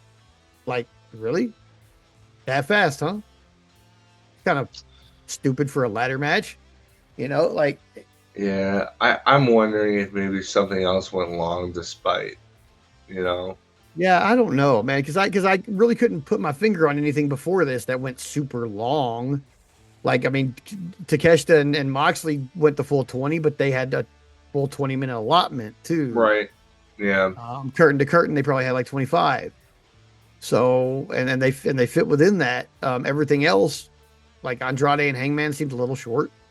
Babes of Wrath and Megabad, But as thankfully, long as they needed than I to. thought it would be. Yeah, like I thought it would get, title match, tag match could have been longer, but with the way it was going, I was like, okay, I'm glad this is over. Um, but this, the time is the only issue that I really had with it. It was that I was like, this should have been 20 more minutes. Honestly, they should have shaved 5 minutes off of the main event and put it here. Yeah, they could have done that too, easily. Honestly, because we'll get to this in a second, but like, I mean, this there was a lot of good stuff in this match. Like, there's brutal stuff. Like, there were a couple of brain busters that were just absolutely insane. Oh god, that brainbuster off the ladder was. Like, there's the one that was through the ladder, and then there was the one that was off the tippy top of the ladder. Like, and it wasn't just a glorified suplex. He dropped him straight down. It was a proper brainbuster from far too high in the air. Oh god, so fucking high. Like, oh, I saw that. I was like, you're not gonna come straight down, and he just went straight down. I was like, oh god, straight down. I can't watch. Did it. Like, it was as safe as it could be. I mean, you analyze it, and he tucked his head in at the end. It was, you know, but still, like, it was perfectly executed. But god, if it doesn't make you like that, it's like that roller coaster feeling in the pit of your stomach. Like every time I see a big move like that like where it's like there is a, like, I know these guys are both proficient professional wrestlers, but there is like a high probability of injury on something like this. Yes. And every time I see something like that, which is often in AEW, for those of you who want to argue with me, let's do it on Blue Sky. But I see it so much that, like, it just gives me, like, I'm not desensitized to it. It gives me that fucking downhill roller coaster feeling every time. It's like, oh, until I see the person who took the move get up, and then the person who gave the move get up. Yeah. My stomach is sick for a little bit. Like, it's just like, ooh, like it turns upside down until I figure out that everybody's okay, and then it turns back right side up. But by God, if that one especially didn't just fucking flop my stomach immediately, I was like, oh, they're gonna go for a suplex. Oh no. Yeah. Like, no, what are you doing? Like, I'll say this, like, Jay's biggest spot was the Jay Driller through the bridged ladder, but knowing how that works, that was probably the safer of the two. Oh, for sure. 100%. Like, it looked more devastating because, oh my God, the ladder. He landed on the ladder. It's like, no, he didn't. He landed on Mark. Mark landed on the ladder. Yeah. But that brainbuster. Oof. Oof, baboof. Yeah. Straight up. Like I said, I thought it was a good match. It just wasn't long enough for me. Yeah. Yeah, I mean, it was... I could have used 20 more minutes of that. I mean, at least 5 or 10. And I know... At least. The reason I say 20 is because I know they could have given me 20. Yeah. I know between these two guys, I could have gotten a good... Like, it wouldn't have been a shitty 20 minutes. It would have been a good extra 20 minutes, The only thing I'll say else about this match is that Kyle Fletcher continues his metamorphosis into Randy Orton. He's even got the steroid gut now. I called this like so long ago. Yeah. I was like, this guy, that is Randy Orton. It's like, oh man, don't do Kyle, please get off the gas. Yeah. It is no good for you. It's no good for you, bro. Don't do it. You could still be in the same position you're in.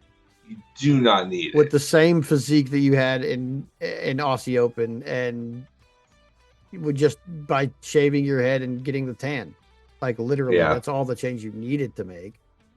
Yeah. To play a proficient heel who didn't have a bunch of easy stuff to make fun of. Yeah, like he. But yeah, Sky Blue, come get your man. Yeah, get him off that shit, straight up. Like, just get him. I know you're kind of a weirdo too. You pyromaniac you, but like get him off the gas, dude. Oh man. And then world title match, Brody King takes on Maxwell Jacob Friedman, and honestly, I wasn't really so into this the way it was laid out. My favorite part was the Australian crowd chanting "fuck ice." Yeah, I mean that was always going to be the best part. But if it happened, that was going to be the best part. Yeah, but the match itself, yeah, I felt that it left a lot to be desired, personally. Yeah. And really, honestly, like Hanger and Andrade and Moxley and Takeshita set such high bars at different times of the show, and then the ladder match being short, and then going into this, and then what played out here, I was just like, yeah, it wasn't. Yeah, this isn't a knock on MJF or Brody King. No, I enjoyed both of guys. them. Yeah. The way this match was laid out, I feel was a misstep. Yeah. Because you had, after that squash match, you really expected Brody King to be in charge of way more of this match than he was. And instead, what we got was MJF controlling almost the entire thing. And worse than that was, even though he cheated and tried to cheat in little pockets here and there, he got an eye poke in there. He tried for the diamond ring, but Bryce caught him. Yeah. Was it Bryce? Whoever the referee caught him. Yeah. I think it was Bryce. Yeah. The problem was that, like, yeah, he cheated throughout the thing, but he didn't cheat to win. He still won clean. Yeah.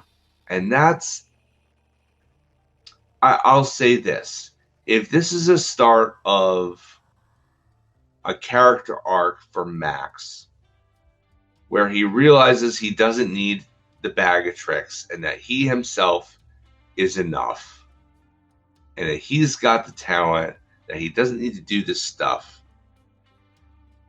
then retroactively I will look back on this and say, okay, this was like the starting point. Because, he wants to be seen as the best, of all time, et cetera, blah, blah, blah. But if this is just going to continue in what I find to be the disappointing characterization of MJF, where he never becomes self-aware, and you know what, for most villains that works, but MJF is too talented for this, and that's why it's disappointing. It's like, we know he can do nuance, we know he can do better than this. Is why we like him, is because he's so complex as a character. But I never bought into his babyface turn because he didn't apologize for anything. He didn't take responsibility. He didn't do the things that babyfaces do. He just got over because he, like I said earlier, talent will always get recognized in the end. I need a babyface run from him that will be epic, because he has finally come to the realization that he's Taylor Swift. It's me. Hi, I'm the problem. It's me. That's the realization he needs to make. He needs to have the anti-hero moment and then work on himself. The character needs to work on himself as a person for me to get to cheer him. And I know that there are a lot of, fangirlies on Blue Sky that are, very pro MJF, like so many are pro Hanger, and I understand that and I get it. But for me, it's never gonna, a babyface turn is never gonna hit for me until he actually becomes a babyface. I'd say the likelihood of that happening is probably in the 10% range. And I that makes me so disappointed, because he could be so much more than he is now. He has so much potential, and unless he actually lives up to it, he's never going to be the GOAT. he'll be considered like, oh, one of the greatest heels of all time, but never one of the best overall wrestlers of all time, because Yeah. he won't have had that epic babyface run where where he translated his very intimate knowledge of who his character is and what makes people react to complex characters and turn that into a genuine babyface turn. I don't know if there will ever be a genuine babyface turn with him. It's too bad, like, because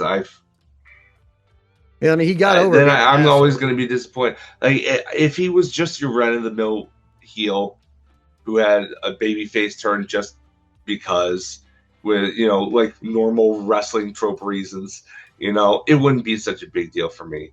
But it makes me so disappointed because I know it could be incredible if he had this arc where he realized that I know he could pull it off better than nearly anybody, but he just wants to be a heel. Like, it's just, I don't know. It's disappointing for me personally. I hope I've articulated. I don't want to belabor the point. I know that we probably have some listeners who find me very taxing when it comes to this subject, but like, I hope I've articulated it in a way that makes sense, because sometimes I have trouble doing that.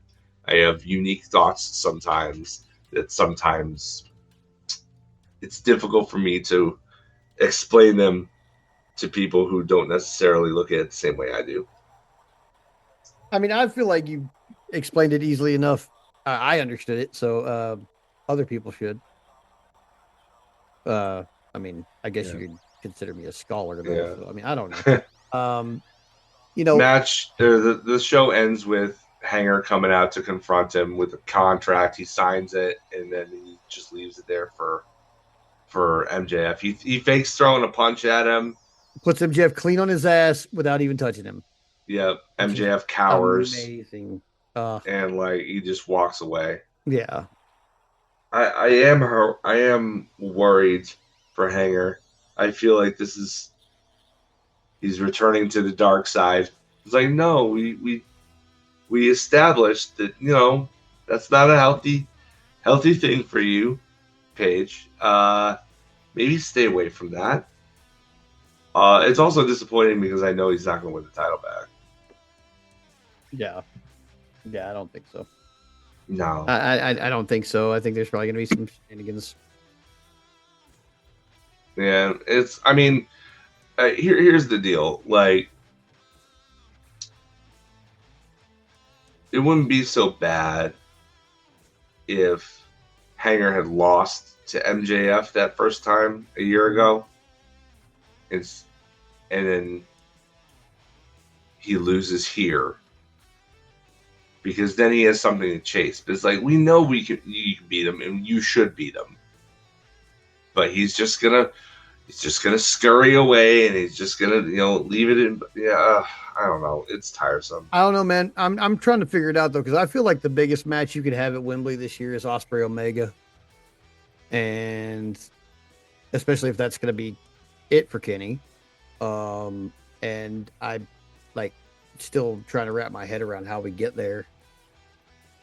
Well, we know that the challenger wins the Owens, so Ospreay's part is easy.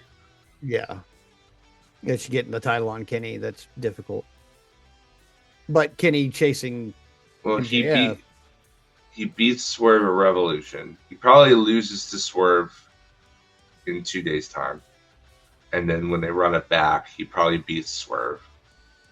Then he probably goes on to rematch with Andrade and get his win back there. Mm-hmm.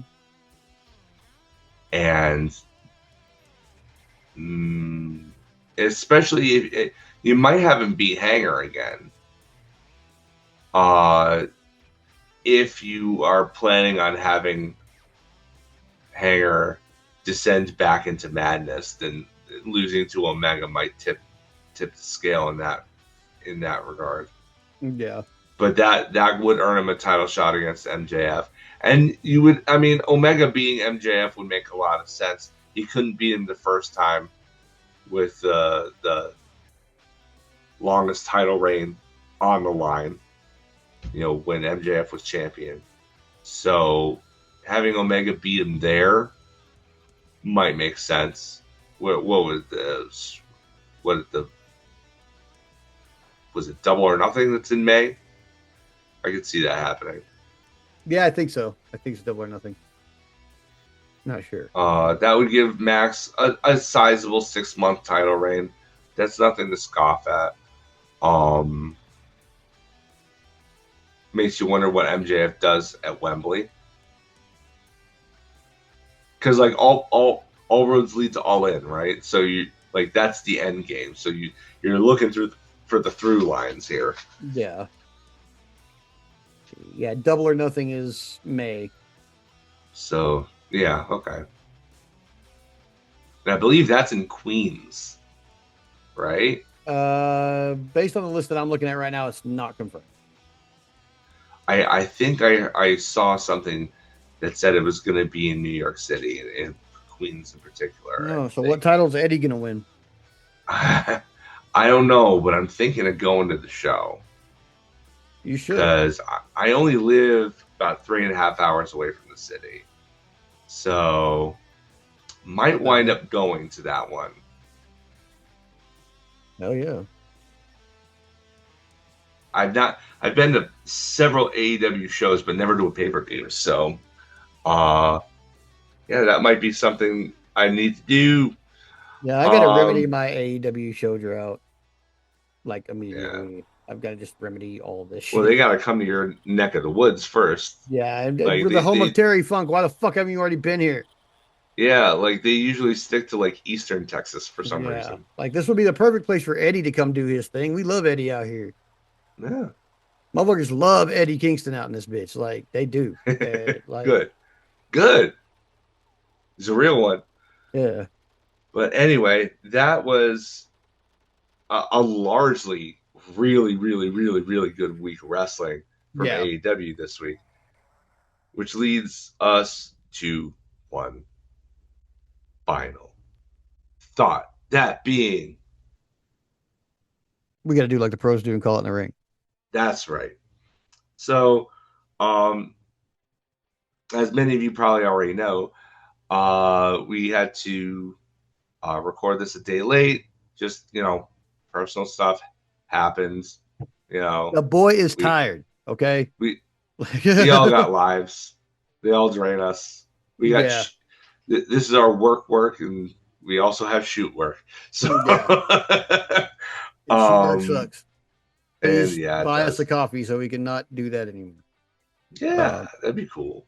You gotta do like 1,000 times a month though. Pretty please. But yeah, 2 days ago now, it would normally, we had planned initially on having it just be a 1-day divergence, but it's a 2-day separation from Valentine's Day. And that got me thinking, like, romance in wrestling. There's a lot of examples of it. A lot of it not so great. Some of it pretty good. And even lately, there are questions on what even that looks like. What romance in wrestling as presented as part of the show looks like. So we were gonna have a just a little conversation regarding that. So happy Valentine's Day belatedly to those who choose to celebrate. If you're like me, probably didn't, because you feel like you have a partner and you show them that you love them every day, and you don't need a particular day on the calendar year to do so. But for those who choose to, good on ya. Happy belated. I think maybe we'll start by discussing probably the most classic example that you think of. Like, when I think of romance in pro wrestling, the first thing that comes to mind is Macho Man Randy Savage and Miss Elizabeth. Oh, 100%. Like that is the typical classic answer. I thought that they weaved a really good story between that, with him essentially just turning himself up to 11 and being really, really, really jealous of Elizabeth getting attention from anybody but himself. By the way, he was right about Hulk Hogan. Hulk Hogan did have lust in his eyes for Miss Elizabeth, and he was the baby face in that story. I will contend this. Oh, I was always on Macho Man's side. He may have taken it a little too far, but the dude was absolutely correct in his assertions and his intentions. But what was great about that story was that they had them separate. He kicked her to the curb for Queen Sherry when he won the King's mantle off of, I want to say, Jim Duggan? Maybe. I think so. Whoever Haku dropped it to, I think is who Savage won it from. But anyway, he has this great run as the Macho King, this like 2-year run as the Macho King with Queen Sherry by his side. And then that leads up to the 1991 was a WrestleMania 7 match with the Ultimate Warrior retirement match. Stupid match. He drops 7 elbows on the guy, and he doesn't. And Warrior kicks out and splashes him once and is done with it. That part is really stupid, although it's probably the best Ultimate Warrior match anybody ever got. Probably. But that is beside the point, because afterwards, Sherry is livid, attacks Macho Man with the scepter, and Elizabeth, who was shown in the crowd earlier, stands up for the man that she still loves. He apologizes to her. She takes it back. They get married in a few months at Summer. It's the main event of SummerSlam, is the marriage, is the wedding. Yeah. And then they do the great angle with the Cobra and the whole thing. But like, what a great redemption story that is. Yeah. He retired, but he, was forgiven with the love of his life that he only shunned because he felt like, because he went crazy because love makes you do the wacky. He was unhealthy. I don't endorse what he did, but I understand why he did it. And, she forgave him despite that. And in kayfabe, it all worked out.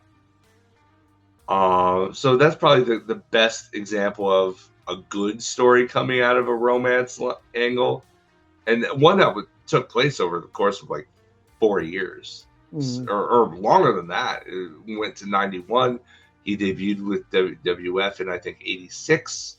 So his initial run was him searching for a manager, people pitching, giving their pitch, and then him picking her as a manager as a complete unknown.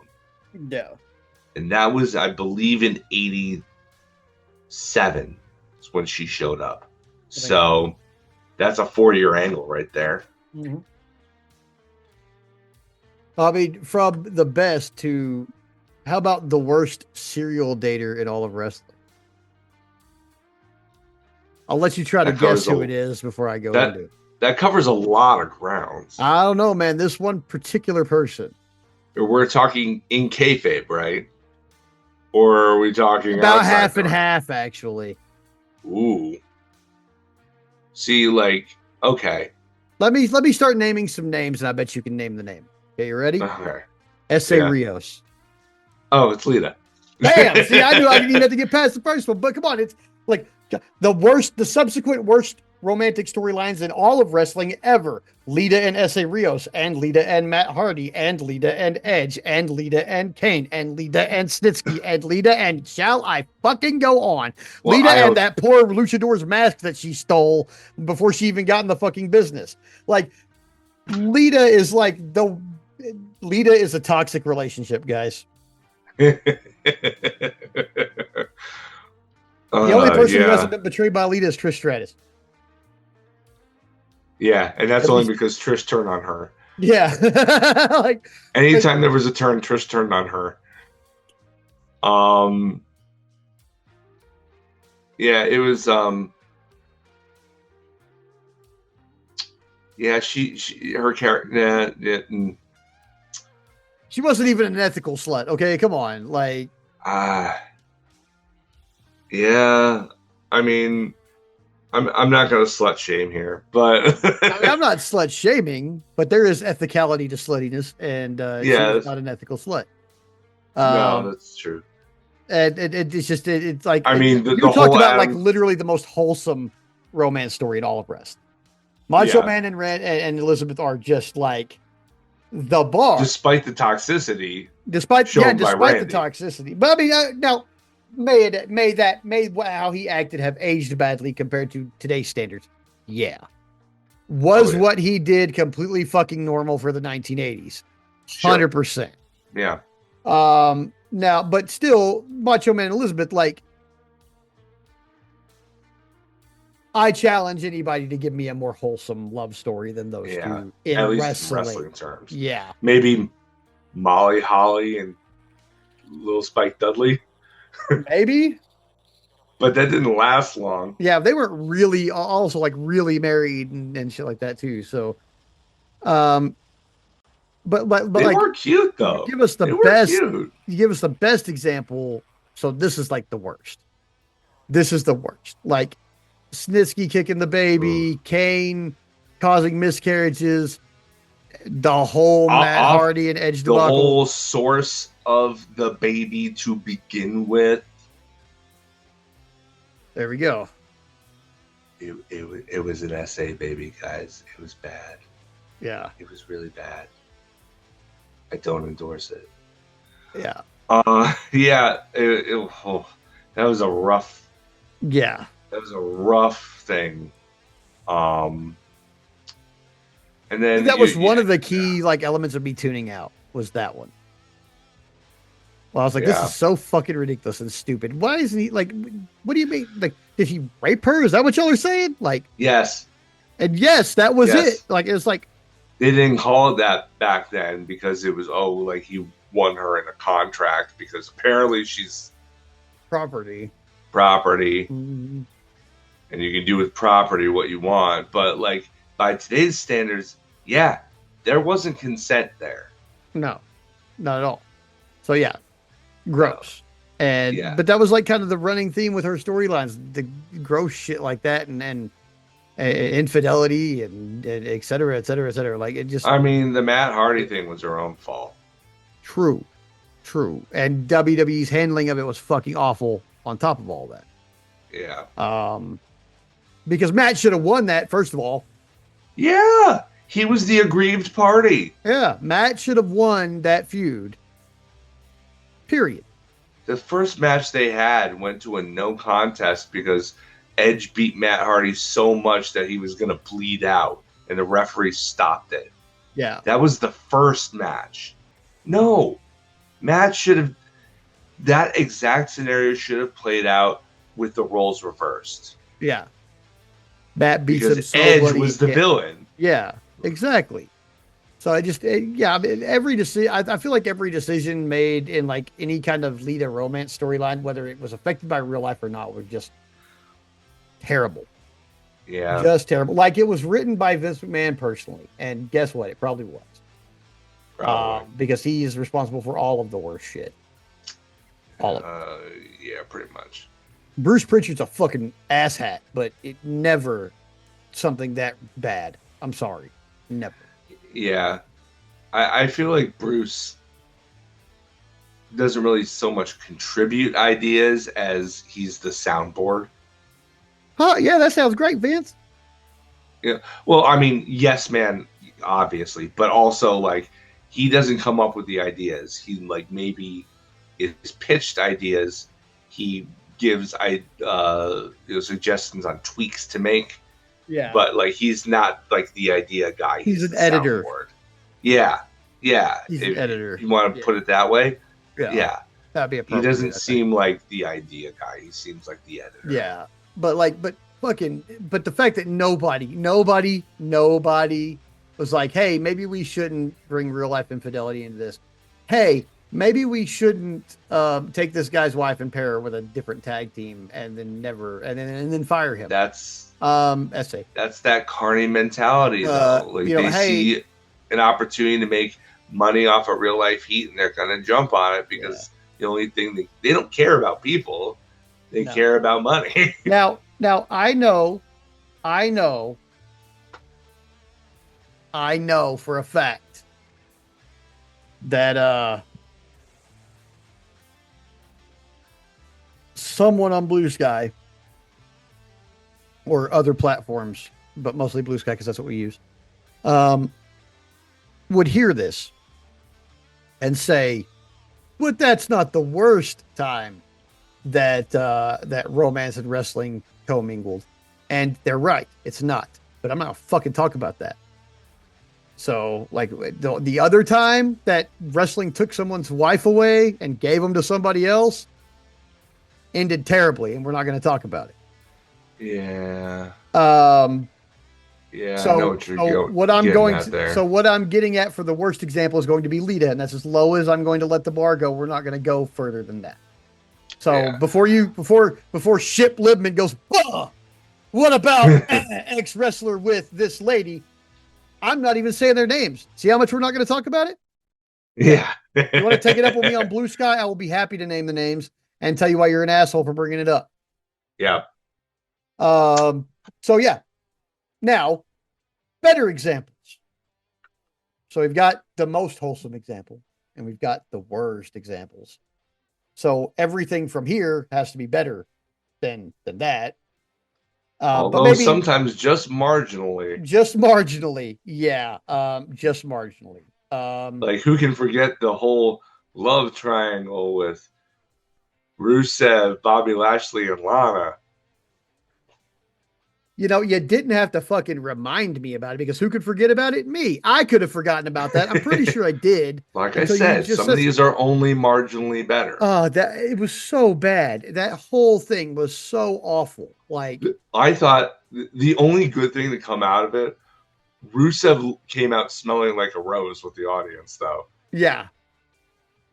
Like it was like the second time they missed a true opportunity to push him as a massive babyface, and they just wouldn't do it. They just wouldn't do it.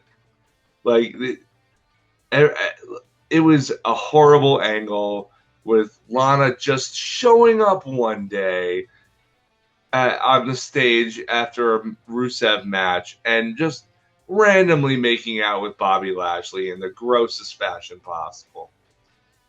And this is when like most of the audience knows Bobby Lashley is happily married. Yeah. Because he in TNA, if they were even mildly aware of his TNA work, like he was with his wife almost the entire run he was there. Yeah. Like it's well known that he's happily married. So this was gross, and it was it was wild soap opera crap at arguably the worst creative point in WWE history. And I think, if I'm not mistaken, it was also going on the same time as the Mike and Maria Kanellis cuck storyline. Oh my god. I almost forgot about that one too. I will defend that to this day. I feel like there's something you could have done with that would have made it kind of interesting and kind of could have gotten Mike over as a babyface if he would just stand up for himself once he stood up for himself. Yeah. But they didn't. Instead, they chose to have Maria get pregnant and heavily imply that Mike was not the father, have her win the 24/7 championship, and have him beat her for it by hugging her while she was in a gynecologist's chair. and that was about as entertaining as it got. And that still was just, ugh. Like Yeah, that. Yeah, the way it just could have been interesting, but the way they played it out just made it yeah, awful. What just the thing with most WWE storylines is like this could be good, but then they do yeah. dumb shit. And then they do dumb stuff. I think a large part of it has to do with, just Vince's warped mind. Like he Yeah, doesn't know really how to love anybody and respect anybody. So like all of like you see how he even booked his babyface champions like Hulk Hogan and John Cena. They were bullies. yeah, His baby faces were bullies yeah, because that's how he saw. That's the example of what his warped view of what he saw as virtuous. yeah, So why is it any surprise that romance would also be passed through that filter and warped thusly? mm, Um, that being said, it can be done right. Like, look at what I mean. A lot of people, want to put it up as one of the best storylines of all time. You know, Mariah May and Tony Storm. They did basically, but what is brought up less often as a key part of that factor is that it's a queer love story. yeah. That's another one I was going to go on with is one of the best examples of open sexuality ever to be presented in wrestling. Tony Storm and everyone, uh, Yeah, because yeah, pretty much. totally ethical slut there, guys. Yeah, First of all. Second of all, like never before have we had such an openly bisexual, and even one of the largest parts of her character is that that's who she is. yeah, That's not happened in wrestling ever, and times when it has been, it's been Vince doing it. It's been gross. yeah. Like with I Mickey mean, we James go and back to the Trish. Lana and Lashley thing. That's when we were introduced to Liv Morgan, bisexual for the sake of this angle, and never brought up again. Yeah, exactly. Like, I mean, right there is the example. Yeah, yeah. Liv Morgan bisexual, but couldn't make a throuple work with Dom and Rhea. Well, I That would have been mean, an interesting storyline. Rhea had hurt her though personally, right? Like, I mean, I and guess. taking Dom was an act of revenge, not an act of, oh, we both have this person, we both have the attention of this person. Let's share. Yeah, Like, fair enough. but yeah, like it was full of Mariah May and Tony Storm. It was a story of betrayal, and it was a story largely based on uh a movie. Yeah, But yeah, I mean it's a queer love story, and it was done over the course of a year and a half, and it was expertly, carefully put into place. They even introduced Mina Shirakawa in there, where they like kind of had an open thruple situation there that was at least heavily implied, if not outright stated. yeah. It was one of the best examples in wrestling. It has come from a community that is underrepresented in the wrestling space in terms of you know visibility. Yeah. And I think there's something kind of beautiful about that, really. Mm-hmm. I do too. That's one of the reasons why I brought it up, because I mean, really, like, this is phenomenal, groundbreaking shit for wrestling. Yeah. Oh yeah. It really is. It really is. There's also, I mean, it's less overt, but I mean, I know, and it's mostly headcanon, but I know there's at least a very vocal minority on Blue Sky that's definitely treating Swerve and Hangman as slash fiction. or Takeshita and Fletcher, but they literally call them each other. They call themselves each other's husband on Oh, social they media. lean into it. They lean into it They hard. Yeah. absolutely lean into Takeshita and it. Fletcher very much love each other. Yeah. Whether they're in a relationship of any kind or not, No. love each other very much. And that's actually been played out in the last few weeks on TV too, with like Okada trying to get Oh, on it broke my Fletcher's good heart side, and dude, when Takeshita said you forgave forgave him? Okada. Oh, bro, Oh, crack. Oh, yeah, oh, just it shattered my heart. I was yeah, dude. so sad for Like it, Takeshita, and I yeah, couldn't even be mad at no, Kyle no, because, like, I mean, he didn't really understand the all of the implications of him doing that, yeah, really. So yeah. And that's one of the things we go there. I mean, that shattered our fucking hearts. Like, that's one of those yeah, things we were talking about earlier about like how romance is presented in wrestling, and it's not always traditional the way it's yeah. presented, and how Which love is is supposed funny to be. because, like, this is like so gay. Wrestling is so gay, Wrestling is so gay. Yeah, the gayer the better. and Even yet, and yet, like, it's only now that we're getting these kinds of stories because of how society is and what they're willing to entertain yeah, as quote unquote worth their time. yeah, So, it's, I mean, AEW is doing great work and putting great care into that work as it comes to romance, both explicitly and implicitly, as it would turn out. yeah. Um, I hope that they continue to navigate that as deftly as they've proven to be able to. I hope they don't. AEW seems to be able to pretty well, Yeah.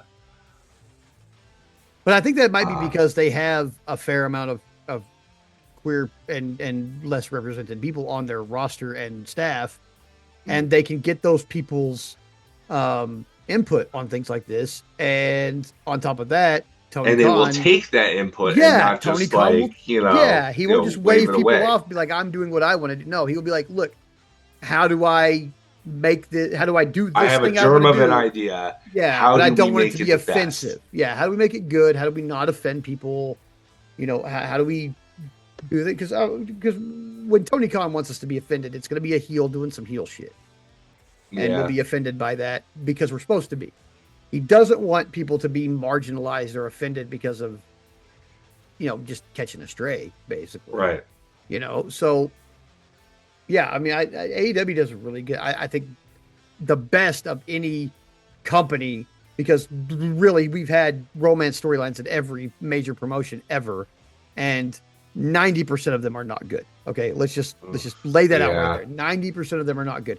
AEW is the first company that's made good ones really consistently, and also presented different ways to present a relationship or a love between two people, because it was like yeah, you could be like Fletcher and Takeshita super queer.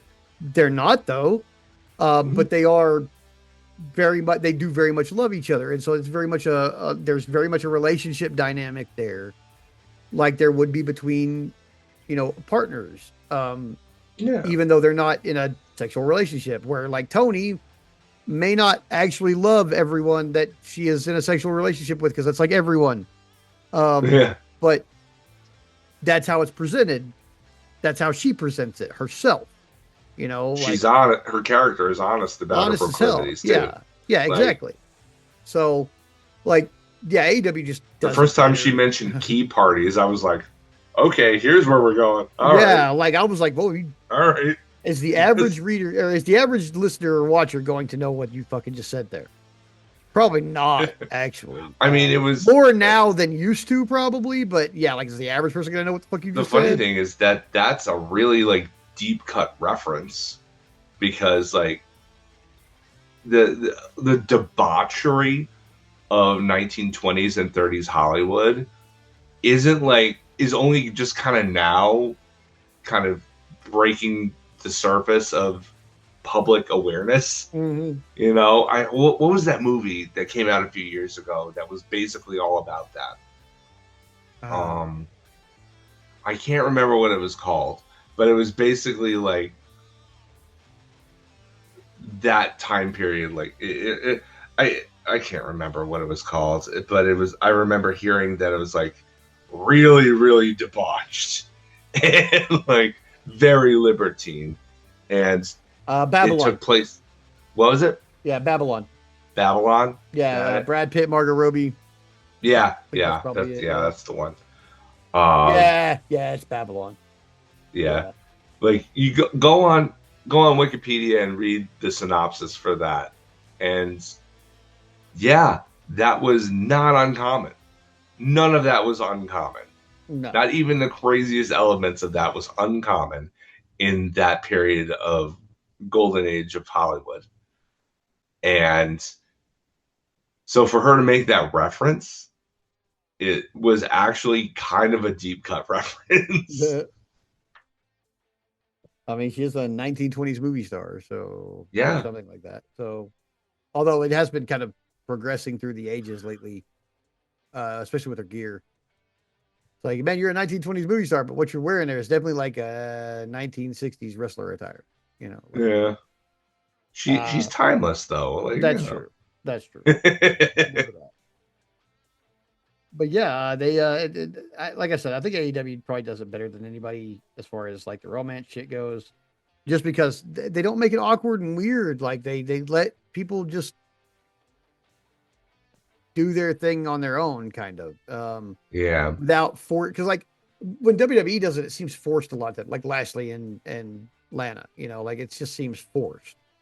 Hmm. And then you add that extra layer of what the fuck when like that person's married to the guy standing in the ring, and that Hmm. person's married to a girl who works at a different company.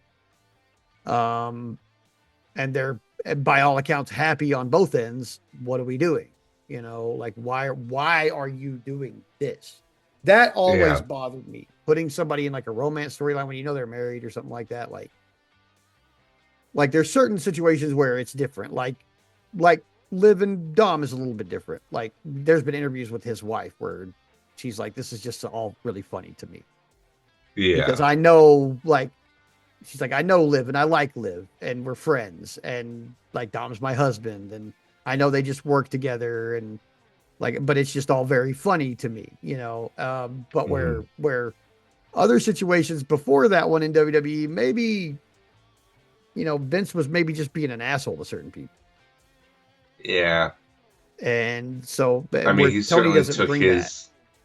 Remember, the Mr. McMahon character has had multiple flings with multiple women, No. and you have to assume with what we know about him that that was definitely for his own benefit. Oh, God. The Harvey Weinstein of professional wrestling. Yeah, And I don't feel like that's far off. I don't think so either. I mean, we only know about the intern, but how many ladies had to do awful shit to get a job with that man? Yeah, Probably a lot. And the further back you go, the worse it probably gets. yeah. Uh, There's was it Rita Rita Chatterton. Chatterton?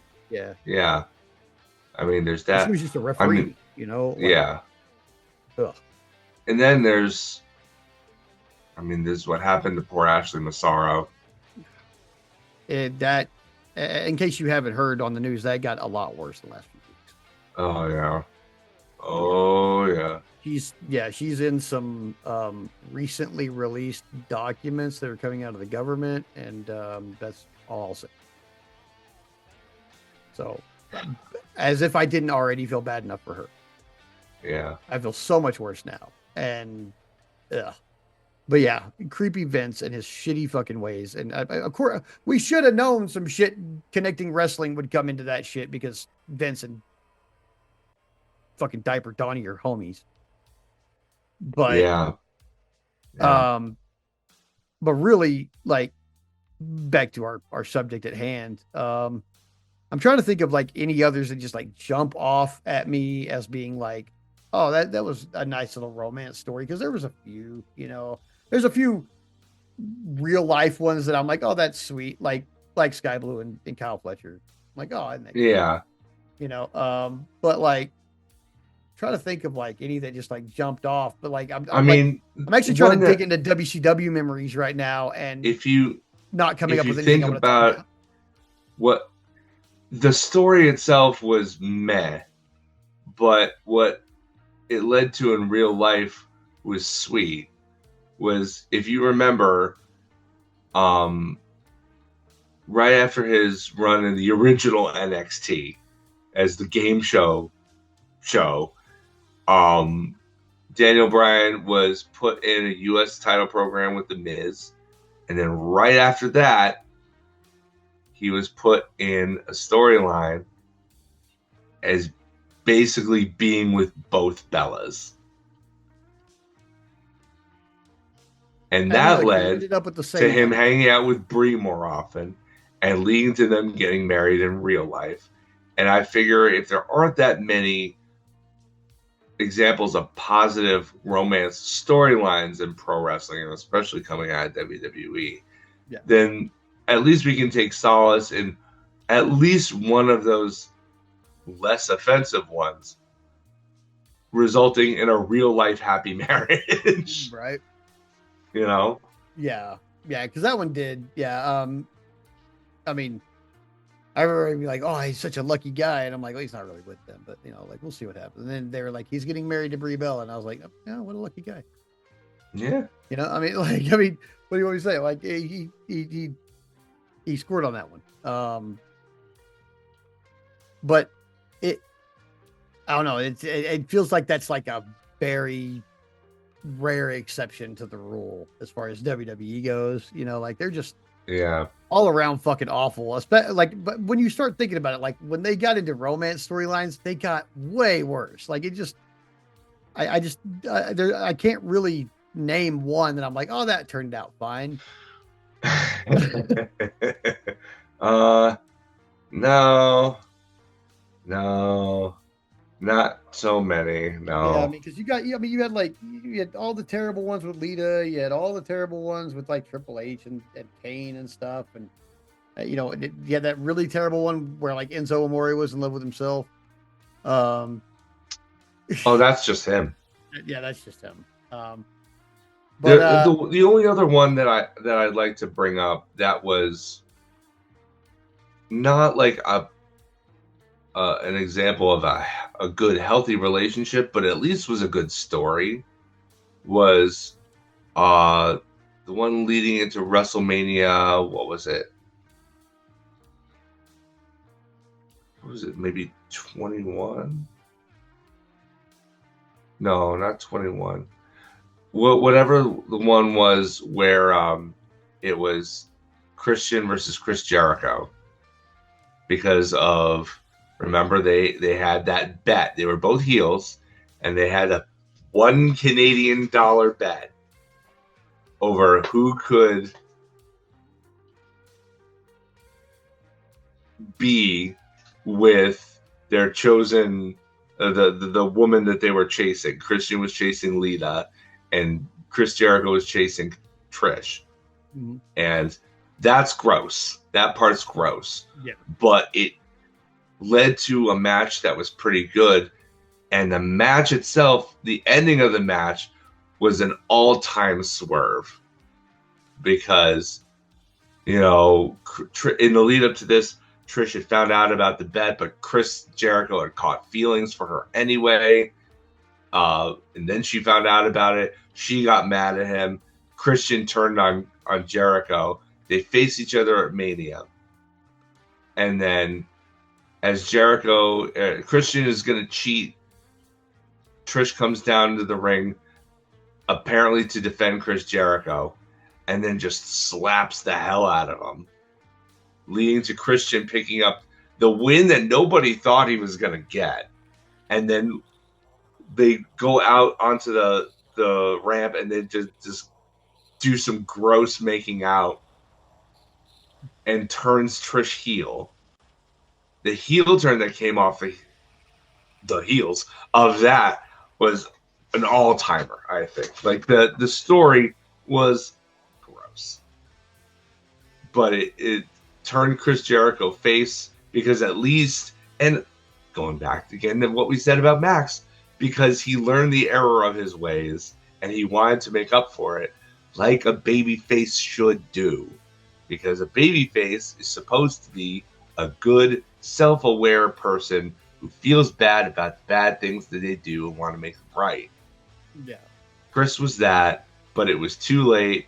Trisha turned on him and allied herself with Christian in a move that nobody saw coming. Brilliant TV. Yeah. I thought it was pretty good. As far as like the story, the heel turn. The story is the ending. The ending was, let's say this. It was like a plane that was rickety and should never have gotten off the ground in the first place, but somehow against all odds stuck the landing. Yeah. It did stick the landing pretty good. Yeah, especially with the Trish heel turn. Like, that was a great heel turn. Like, she was such a good, effective bad guy. Because you wanted so bad not to boo her, but like, you're like, man, you're being such a bitch right now. Like you're so good at being a bitch. Too. She's like, still in the conversation of female wrestling Mount Rushmore. Yeah. Because not only because she she worked so hard to get better on the ring, but also because she had, in addition to being, absolutely gorgeous, she also had a lot of personality and could do pretty much anything that you wanted to from a character standpoint. Yeah. Yeah, that's true. Like, as a character, she was probably one of the best all-around performers of that era, male or female. Oh, yeah. Yeah. She definitely had. And I don't think, people laud her, and rightfully so, but I still don't think she gets enough credit. No. Honestly. No, not at all. No, I don't think so. And mostly off the back of that heel turn. Like that. Yeah. It was just so good. And she was just so good at it that I was just like, man, like I want to cheer you like when you make your return appearances and shit like that. But at the same time, I'm like, I want to boo you again. Come to AEW and be mean to somebody I like. So I can come to AEW, be mean to Willow. So I can boo you again, please. I don't ask for stuff like that very often, but here I am. Only in pro wrestling is come over here so I can boo you a compliment. Yeah, and it is. It's 100% from a place of love. So, but yeah, I think with the few that we've gotten through, we actually may have covered all of the good, and wholesome and nice and non-offensive wrestling romance storylines, as well as a bunch of terrible, offensive, god awful wrestling romance storylines. Yeah. Happy Valentine's Day, folks. Yeah. But yeah, I think AEW does it better. Like I think the I don't think that's even a hot take. I think that as far as storylines involving romance and wrestling go, AEW does it better. They're just better at it. I don't know what the difference. I mean, I know what the main difference is in the formulas, but I don't know what the further difference is. Like is it just the queer people taking it upon themselves, or the people taking it upon themselves to do, to handle their own, romance storyline, or if Tony is, amalgamating with their input in his own, or what's going on there. Doesn't matter. They just do it better. So yeah. That being said, good episode this week. Good week of wrestling. I really enjoyed going over all the old romance storylines and stuff like that. So I think that's probably it for the week. Yeah. We'll come back at you next week on time, hopefully. Just real quick before we go, shout out to our sponsors, Team Disaster Plan and Prognostic Pedals. Team Disaster Plan is a multimedia company working on novels, movies, music, and more. Prognostic Pedals is a company that makes custom guitar pedals that are all like single button, very simple setups, but will give you exactly what you want. Check out Prognostic Pedals on Instagram and on Facebook. Check out Team Disaster Plan on Facebook and on Blue Sky now. If you go to our account, you can easily find them. Thanks, guys, for providing us with our background music. Thanks, Garrett Deming, for providing us with our theme song. And as always, it's a shitty world out there. Keep your head on a swivel. Be safe. And fuck ice. Fuck ice. God, have a good one. Peace out.